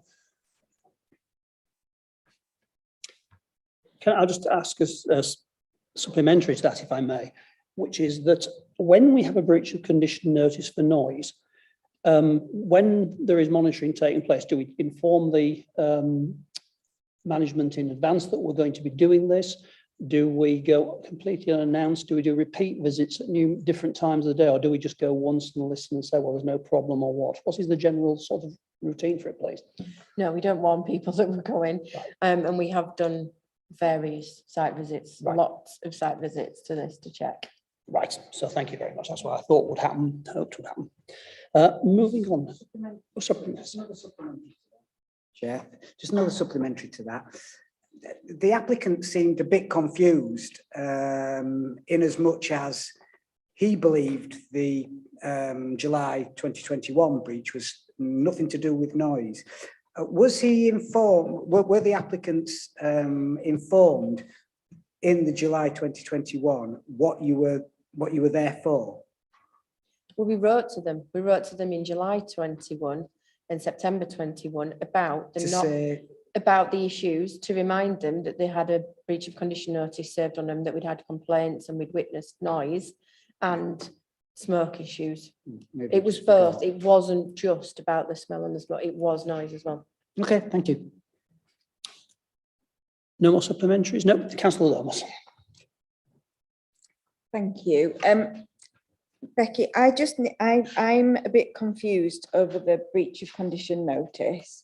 So it would be really helpful if you could explain the breach of condition notice. When you write to somebody, is there a response expected? Do you expect them to do something?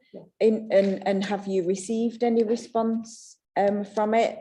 And was the noise issues related to the breach of condition notice, was that the quiz, i.e. amplified speaking, or was it music, or was it just general noise from the site? Okay, so the breach of condition notice was served in February 2020, and they had, I think it was a month to comply. We all know what happened in March 2020. So everything stopped, basically. So there was no follow-up from that point on.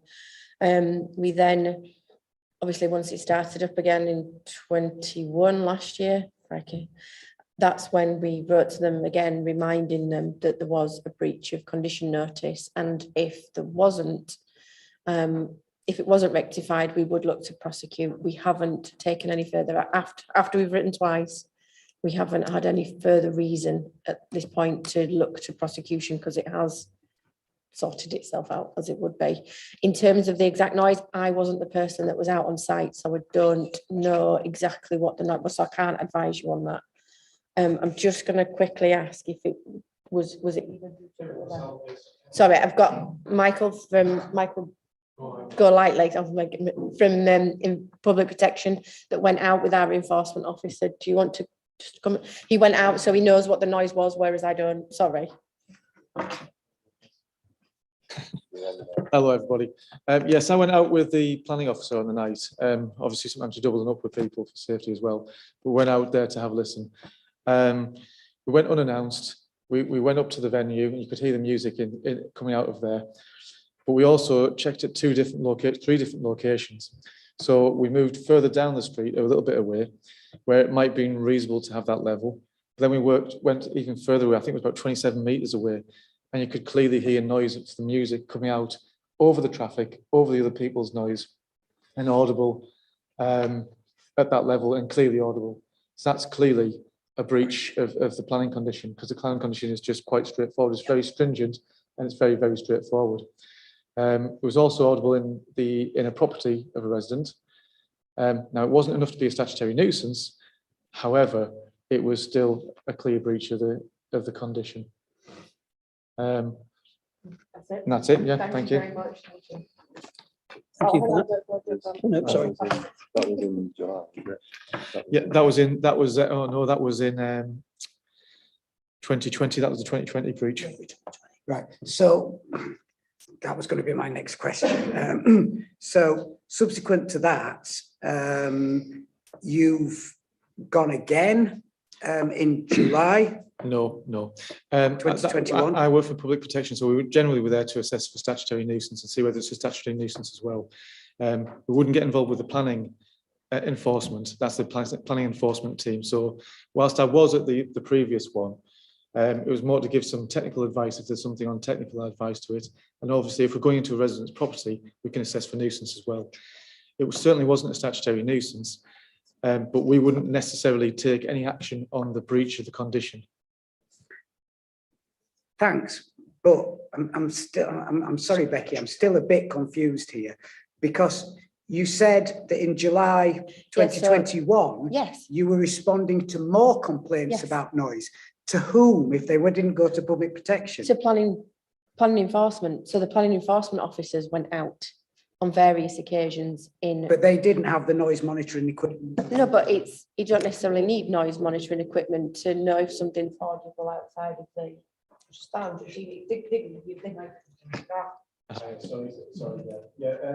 Hang on. Oh, sorry. When you're assessing statutory nuisance, it's by ear. We don't use sound level meters. And the condition is quite clear: is the music audible? So the music is either audible beyond the site or it isn't. That's the key to it. So you don't need a sound level meter. Sound level meter might pick up other erroneous noise as well, and that therefore gives you might get 60, 70 dB as a car goes past, or even louder.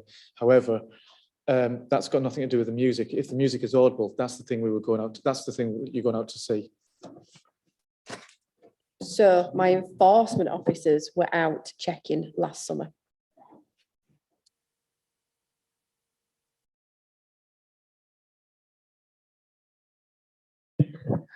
Sorry, I want to make sure I'm absolutely clear to make a decision. So what was the noise? Was it live music? Was it background music? Was it the quiz? Sorry, thank you. Yeah, no problem. When we were there, what we witnessed was a breach from the amplified music.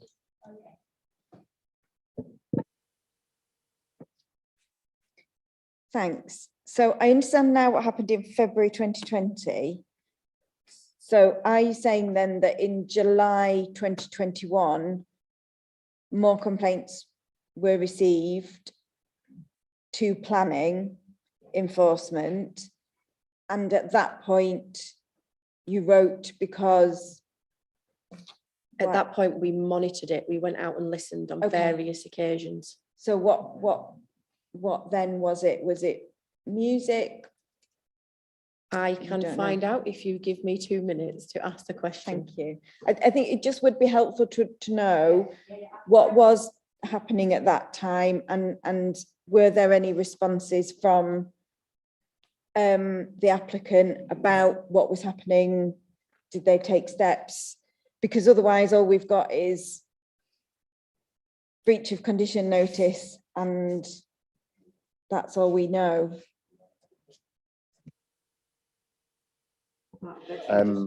Sorry, Jonathan Kenyon, Development Management. So after July 2021, when we wrote back to them advising them of the issues around the noise, the planning enforcement officers then monitored the site for a period of time, and then we wrote back to them in October 2021 to close the case, because we said we were satisfied that after monitoring, we've not witnessed any more breaches of the condition in respect of the music.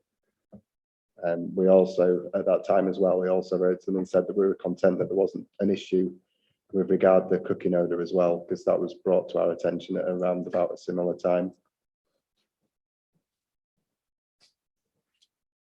Thank you for that. Are there any more supplementaries on this before Councillor Fenton's waiting? Councillor Looker? I've no idea if this is a supplementary or not, but it relates to the planning condition was around noise generally between opening time, which is what, roughly 12 p.m, and closing time, which is roughly 10 p.m. Am I right? Yes, I am right. I've got my PMs going in the right order, have I? Yes. So it isn't the time of day that is causing the breach of the breach. It's just whether the noise, whether it's happening at 4:30 in the afternoon or whether it's happening at 10:30 at night. Well, no, not 10:30 because you're shut. 9:30 at night. It isn't the time of day that is impacting the breach. It's just the level of noise, isn't it? Yeah. So the time of day is almost irrelevant.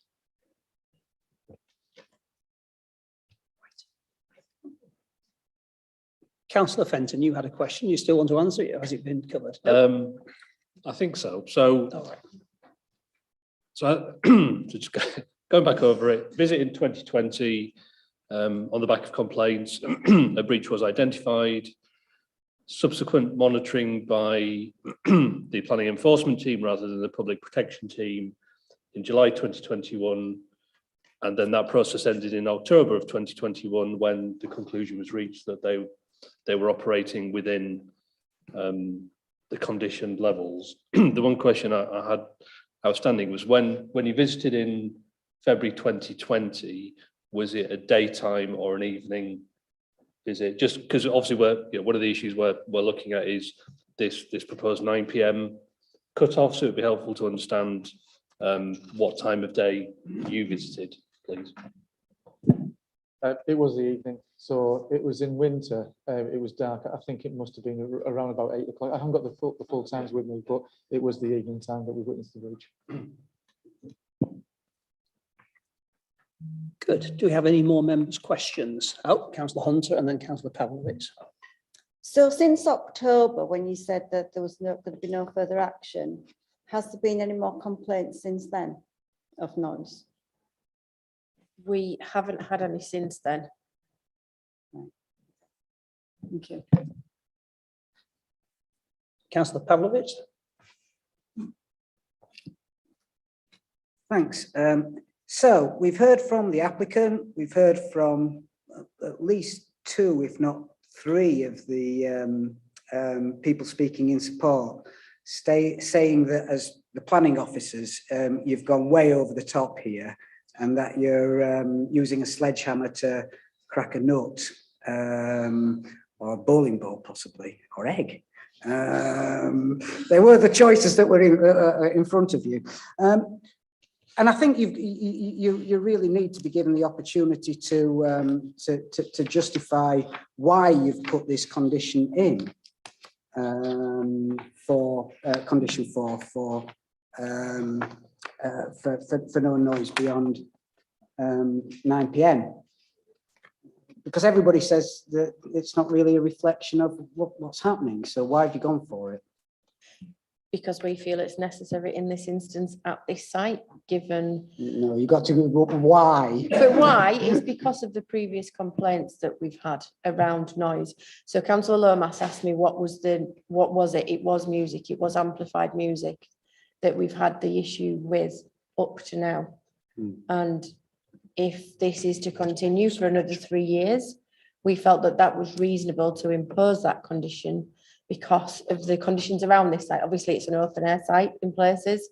It's not the same as the others in terms of its makeup. So in this instance, given that we've had previous complaints about this, that was considered.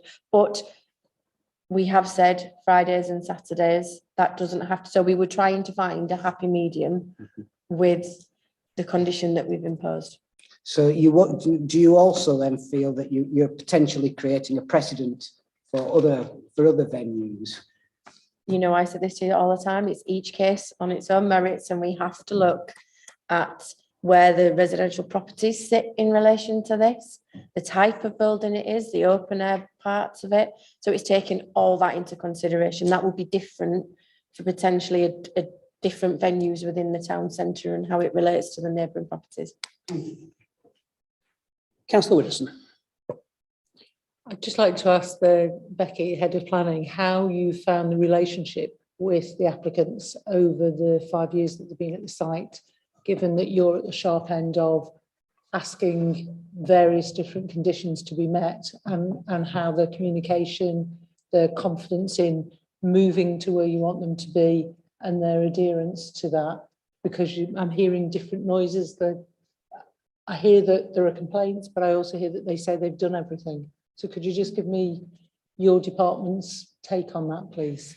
There has been issues there because we've served a breach of condition notice.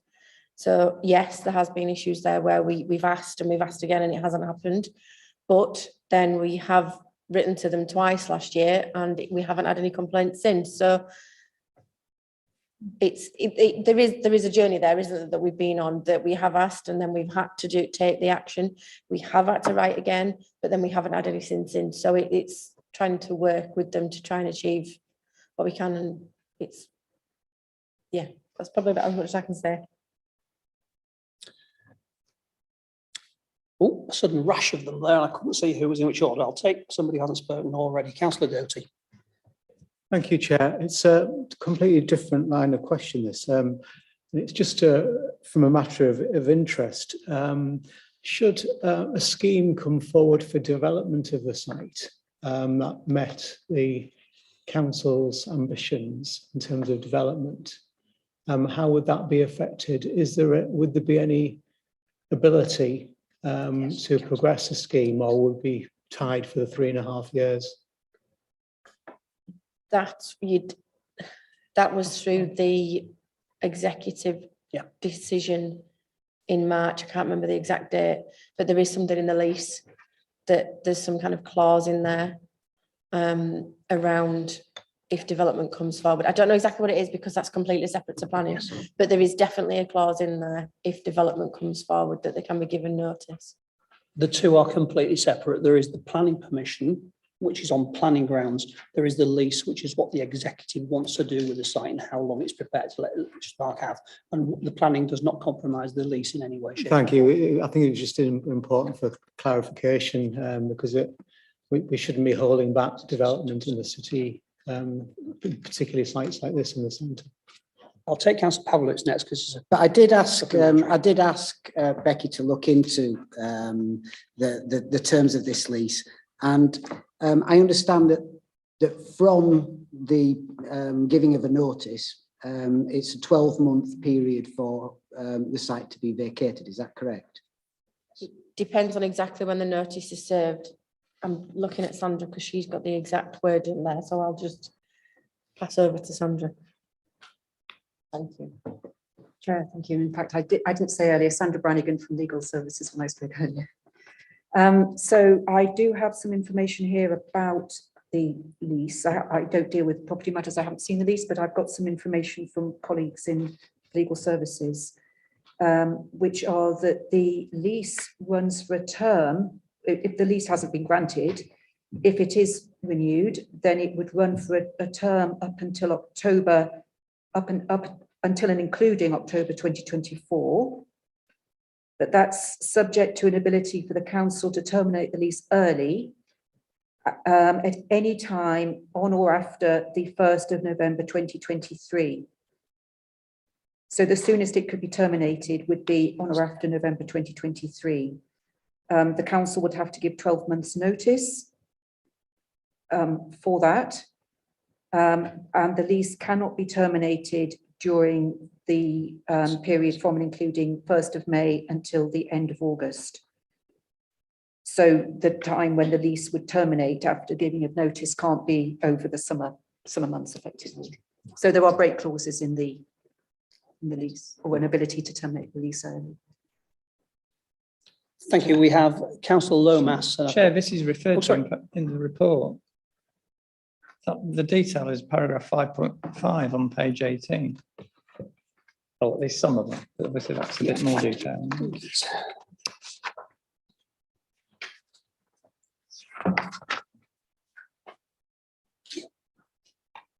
Yeah, that's right. I'm still not sure this is a planning matter, though. The lease, I think, is separate. I think it's completely separate from planning. I think we should. I agree. Thank you. Councillor Pavlovich, have you finished with what you wanted to say? That's okay, fine. We'll move on to the other members who want to speak, which is Councillor Lomas. I think you had a question. Yeah, thank you, Chair. Becky, are there other sites with planning conditions relating to outdoor areas where they are limited on what times they can play music and things like that?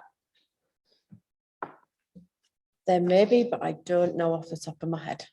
I don't hold that level of information, I'm afraid, sorry. Sorry, I'm just trying to, Yeah, I know, and I can't- realise can't- I don't expect you to have I can't- absolutely everyone, but No, I can't like I think want of to any. know, is this unusual in terms of a city centre site?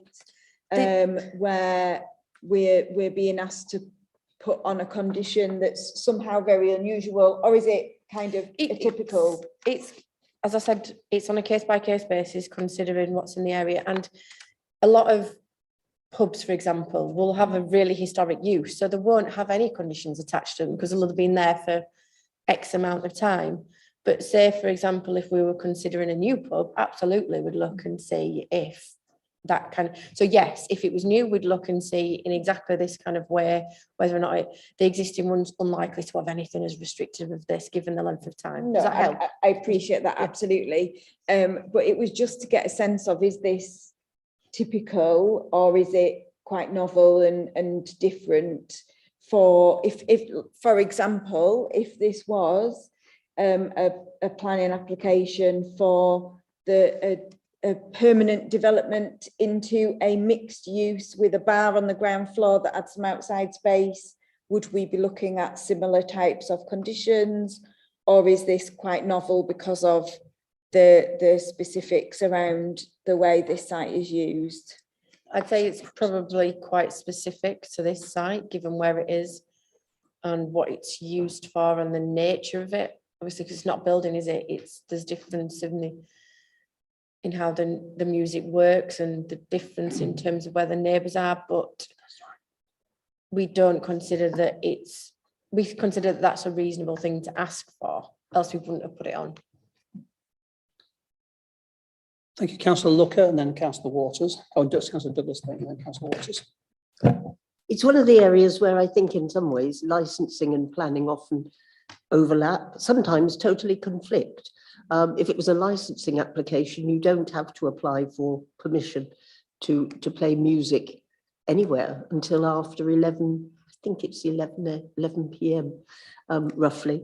I've got one coming up on Monday and I can't exactly remember whether it was 11 or midnight. I do think it's equivalent, as Councillor Lomas was saying, it's very equivalent to pub back gardens. Hotel terraces. We had a very interesting one a few years ago in Scarcroft Road, where a hotel wanted to create an open garden area, and the residents in Scarcroft Road were very concerned about how late it would be open and the issues around music. I think from memory, I would say 10 o'clock is usually the cutoff time at which you say music and probably using outdoor spaces, you should go indoors. I do have this slight gut feeling that 9 is rather early. 10 is usually regarded as reasonable to coincide with people's going to bed patterns. And yes, small children can be tricky, but then babies tend to go to bed or want to go to sleep at all sorts of peculiar times. And you can't run a modern city centre around what time babies go to bed. So I think it's something, I think it is equivalent to the way in which we often license and give planning permission for pubs and hotels to use outdoor spaces. Councillor Douglas, you indicate you would like, oh, you don't wish to do so, that's fine, thank you very much. Councillor Waters, you did. Thank you, Chair. Just briefly going back to the comment that Councillor Doughty made earlier, I had similar reservations in 2017, saying that if this became established, that it would hold up the mythical Castle Gateway redevelopment, and lo and behold, here we are. And I would imagine if planning gets approved for another 3 years, there'll be another planning committee here in 3 years hence, dealing with probably another temporary permission. But the questions I want to ask is, first of all, around temporary permissions. I wonder if the planning officer would like to enlighten us as to what it says in the NPPF regarding temporary permissions and their use. And then one other question on page 15. I note with interest, bearing in mind the location of this and its construction, that design, conservation and sustainable development have made no comment, which seems rather odd.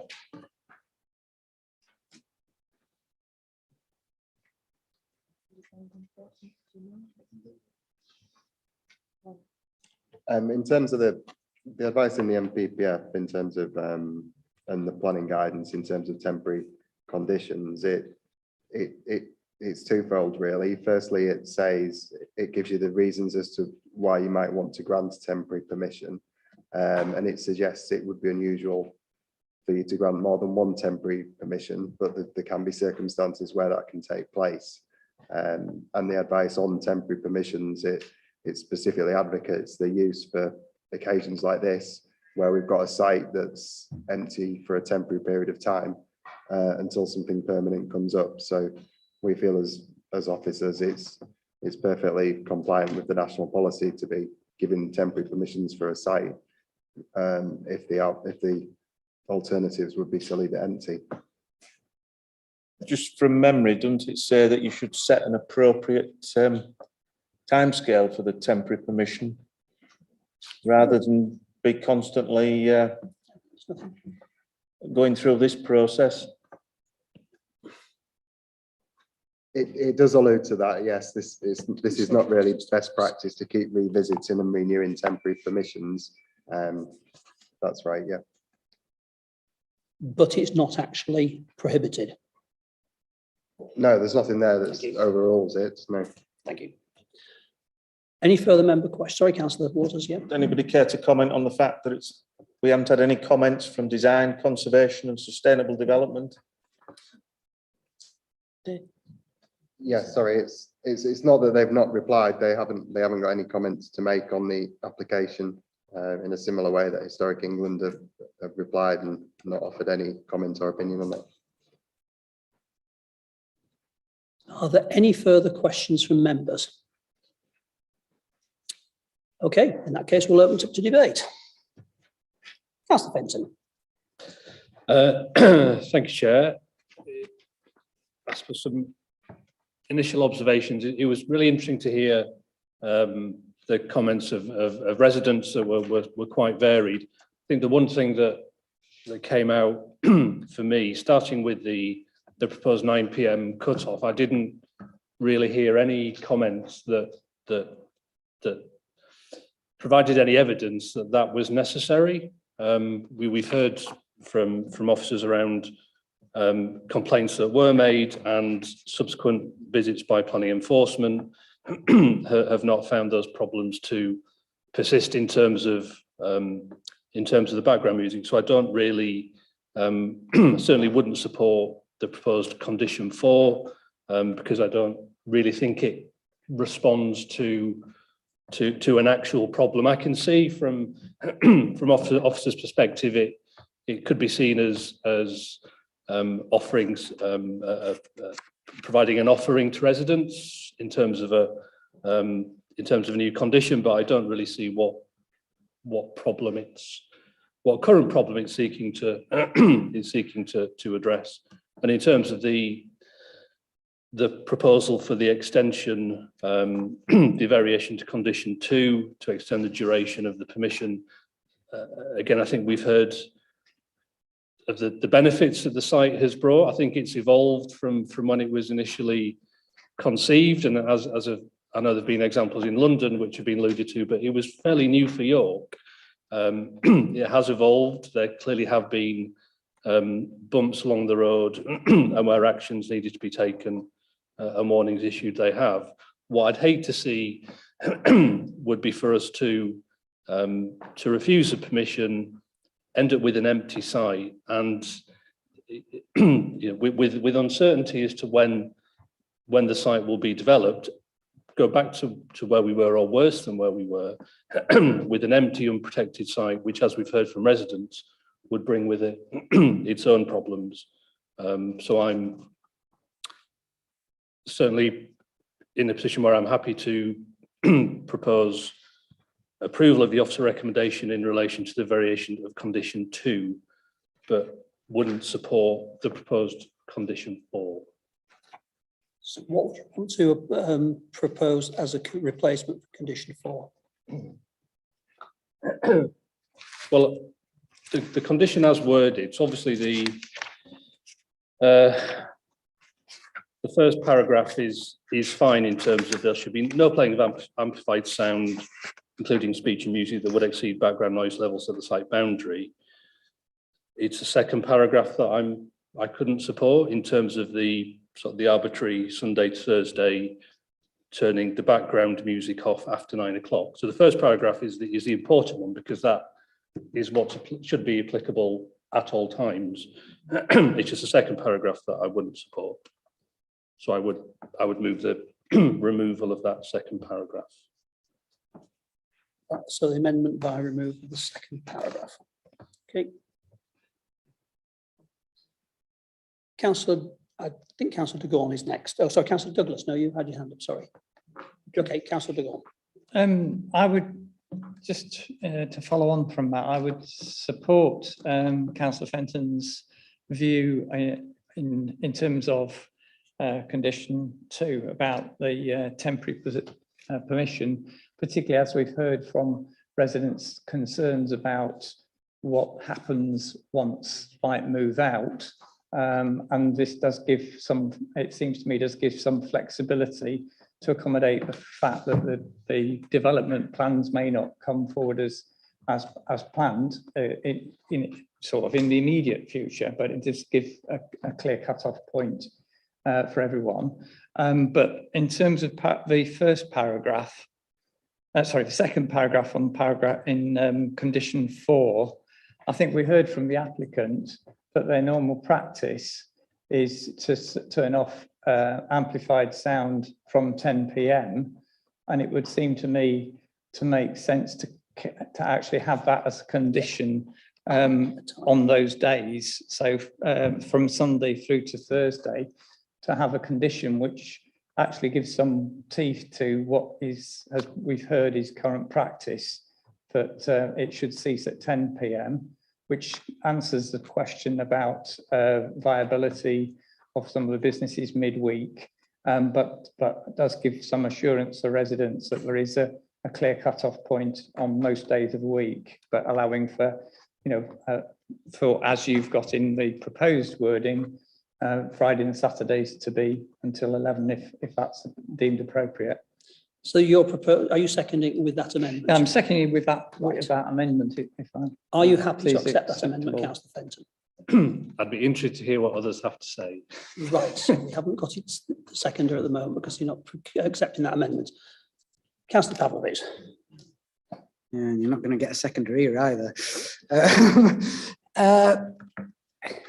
Goodness knows, I've never been a slavish adherent to officer recommendations in planning committees.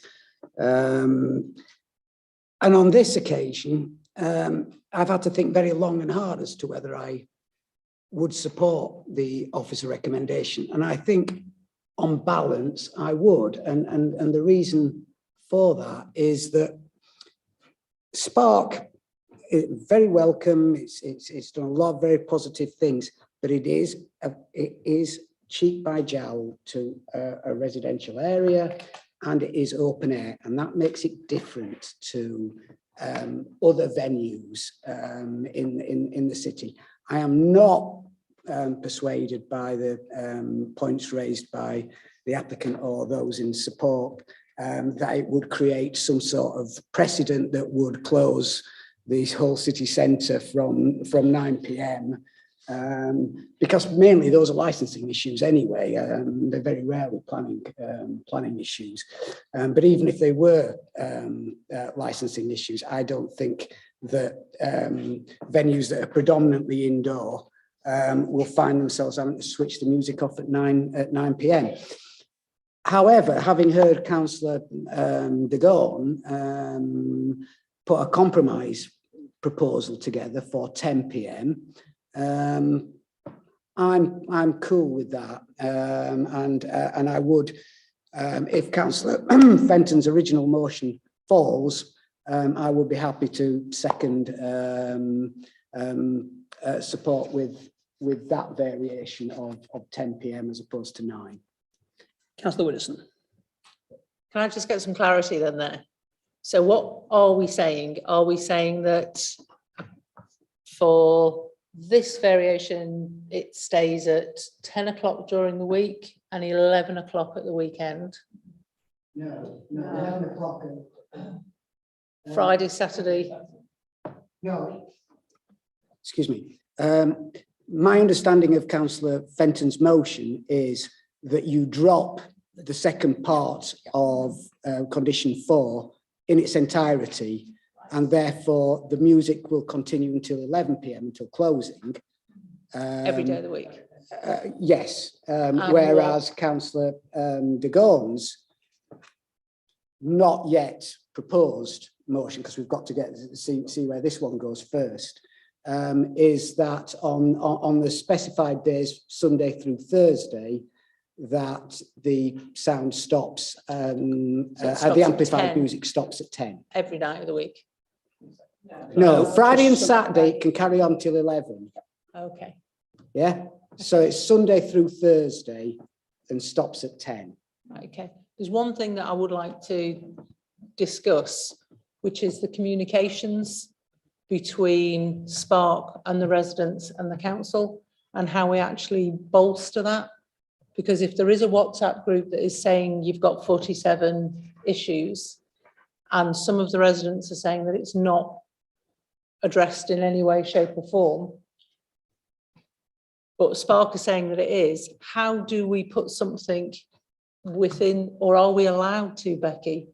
You're not, okay, because I think that's a black hole, and I think an awful lot of these issues could be addressed one way or the other by that, by actually having a robust communication system and reporting system between Spark, the residents, and whether it's planning or public health or whoever. Yeah, unfortunately, we can't get involved. I mean, the WhatsApp group is a great idea, isn't it, to open the communication, but as a planning department, we can't get involved in a WhatsApp group. So it becomes, if you can't resolve it through that WhatsApp group, bring it to us as planning enforcement and public protection, and then we will look at looking where it is. Councillor Lomas. Thank you. I would be very minded to support Councillor de Gaune's proposed amendment to Councillor Fenton's original amendment, in whatever way we can move forward on this, because I think that is a compromise position that does give residents some certainty on those specified days, and we've heard from the applicant that that is typically the time when they would be turning the music off anyway during the week. So I think that's a reasonable compromise position. I think this is an excellent use of a site while we're waiting for it to be developed in whatever way, and we need to support it. I'm not sure I agree that there would be a 20% reduction in trade if we went with the 9 p.m. But I think this is a really sensible compromise position to find that takes into account all of the views we've heard, everything that we've read about the concerns about noise. Councillor Fenton. Having listened to the comments that colleagues have made, I am convinced of the merits of the amendment to the amended condition that I proposed. So we'll be happy to amend my proposed amendment. So 9 p.m, 2100 hours would be replaced by 10 p.m, 2200 hours. And you're happy to second that? You're now happy to second that. Right, so we now have a proposer and a second. Before we vote on it, are there any of the members who would like to speak, give their views? Councillor Doherty. I was very interested to hear what the ward councillor had to say, and also watching her as one or two of the other people were speaking, including the applicant.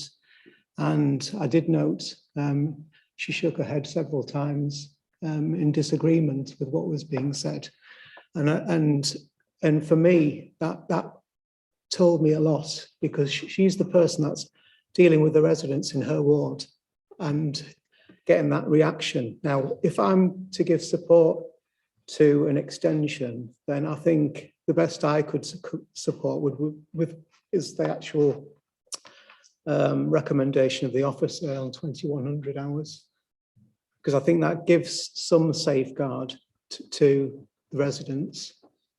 I'm not content with having it later than that.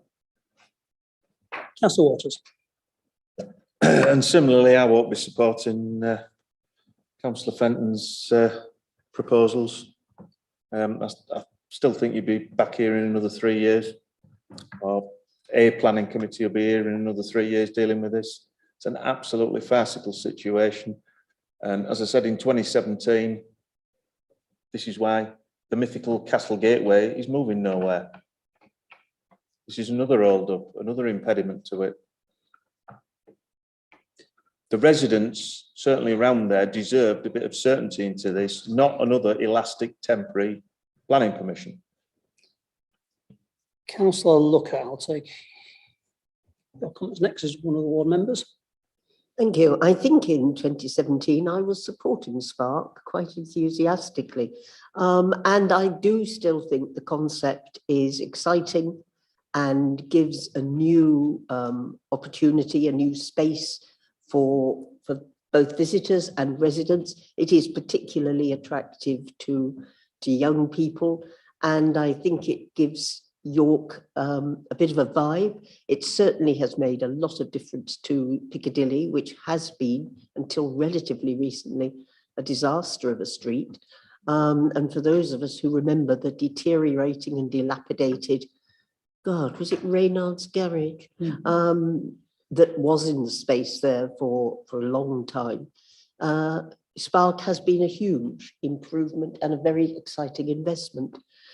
I think I was very interested in the fact that there were a number of people I've talked to, and I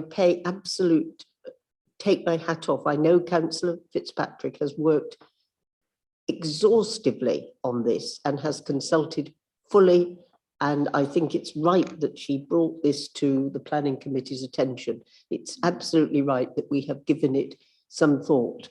And I take Councillor Waters' point. This has been a temporary permission for far too long. And what we lack for this area is a proper plan of what the hell we're going to do with the site. It was at one point going to be, oh, Lord, this is going back. It was at one point going to be the works area for the new build of Coppergate 2. And then Coppergate 2 fell apart and fell to pieces and nothing happened. So that's when it turned into a derelict site until Spark came along. But nobody has a very significant real plan for that area. And it's all been piecemeal. And I come back to it again and again and again. We don't have a coherent idea of what we're trying to do in the city centre. Castle Gateway was meant to be creating some sort of overarching plan and idea, and it's ended up with a lot of piecemeal. So we've got all these hotels popping up and down Piccadilly, just one by one. And I do think the residents are owed and deserve some certainty as to A, what is going to happen to the site, and B, when it's going to happen to the site. And I can assure residents that turning it into a building site will probably be even nastier than Spark, because it will be noisier and messier. But that may be part of what's going to happen eventually. But I will be supporting Councillor de Gaugne's amendment, because I think, again, the residents there are divisions between the residents. We've heard from a number coming from both sides. I know the Warmgate Community Association is divided. Some of them are enthusiastic supporters and some of them have reservations. What this executive needs to do is create some certainty for the people who run Spark, for the businesses who are there, and particularly for the residents who live there, We need a clear, defined plan of what is going to happen to the site. It's significant, it's a big site, it's important. And until we get that, these temporary makeshift hand-to-mouth decisions are going to be unsatisfactory for a lot of people. So I will support the amendment because I think it is a compromise and it does take us a little further. And I haven't had any real conclusive evidence as to why 9 o'clock is better than 10 o'clock. Although perhaps 10 o'clock is better than 11 o'clock. But it hasn't been very significant. So, but I do implore you, please, somebody, somewhere, sometime, and perhaps it'll be the next administration, will sort this one out for the benefit of residents and traders and business people alike. Councillor Gorn, I thought you might have something to say. I'll try and restrain myself from getting into political debates, but I think, you know, obviously we've heard a perspective from one member of the planning committee who's not a member of the executive, so I don't intend to go there, but there are clearly plans, and Councillor Luck may not have noticed that there has been issues called COVID and Brexit that do have an impact on the way in which the council is operated and the long-term plans that unfold. What I would say, and particularly in relation to the conditions, I think it's quite clear that officers have, as Councillor Waters pointed out, made fairly exceptional steps to enforce and bring to attention any breaches of conditions. And by way of support for the local residents, I would hope that once this site is in fact a building site, but equal enthusiasm is shown to enforcing the building site conditions that then ensue, as we all know as elected members, are very difficult to ensure that conditions applying to construction sites are complied with. So, you know, I think it's important we obviously focusing on the application before us. I think that the fact that you've got a condition requiring that amplified sound is not audible beyond the site is in itself, at any time, in itself is quite a constraint. And on top of that, you've then got the condition about the hours in which that amplified music is taking place. So I think those are perfectly adequate conditions, provided, of course, that they are complied with. And we've certainly heard that whilst there were complaints last summer, in the last 6 months, things have been improved, and we would certainly hope that there is some certainty, because there's a lease condition and there's an indication of notice on both sides as to when that can be terminated. Councillor Douglas. Can we move to the vote, please, Chair? I just would like to say a few things. I went around Spark for the first time yesterday, had a look at it. It wasn't as revolting as I'd been led to believe from the comments I've heard from some people. It didn't actually seem to be too conflicting with the street scene. I was going to propose 9:30 as a cut-off, but on balance, I think I'm going to support 10 o'clock. I think it's appropriate. The problem we have with noise is that noise doesn't just come to the boundary of a site and then stop. If you can hear it inside the site, it will go outside the site. But the key point is whether it exceeds the ambient background noise levels. That's the point. And obviously that can sometimes vary during the day, depending on what's going on around. But overall, I am going to support this. But I do hope desperately that when Spark's tenancy of this site ends, which I hope will be in the next 3 years without a doubt, I do hope we can find a permanent site for Spark, because I think as a concept, it's a brilliant idea. But I do accept there are problems on that site with neighbours. I think the condition we've got in gives sufficient protection for them. The other thing I would say is I would like, if any residents have a problem with it, perhaps as well as putting on the WhatsApp app, let the council know so the council can do actual monitoring through its public protection. I think that is absolutely critical to ensure that the condition is completely complied with.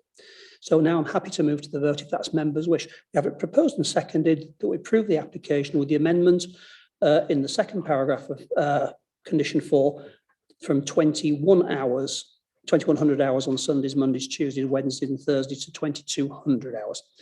Is everyone clear what they're voting on? So it's been moved by Councillor Fenton, seconded by Councillor Gorn. All those in favour, please show.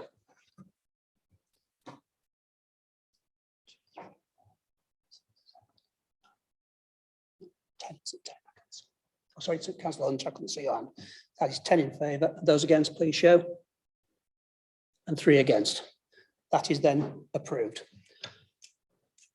Right, there being no further business, I'll thank you very much indeed for your contributions and attendance and wish you a safe journey home. Thank you.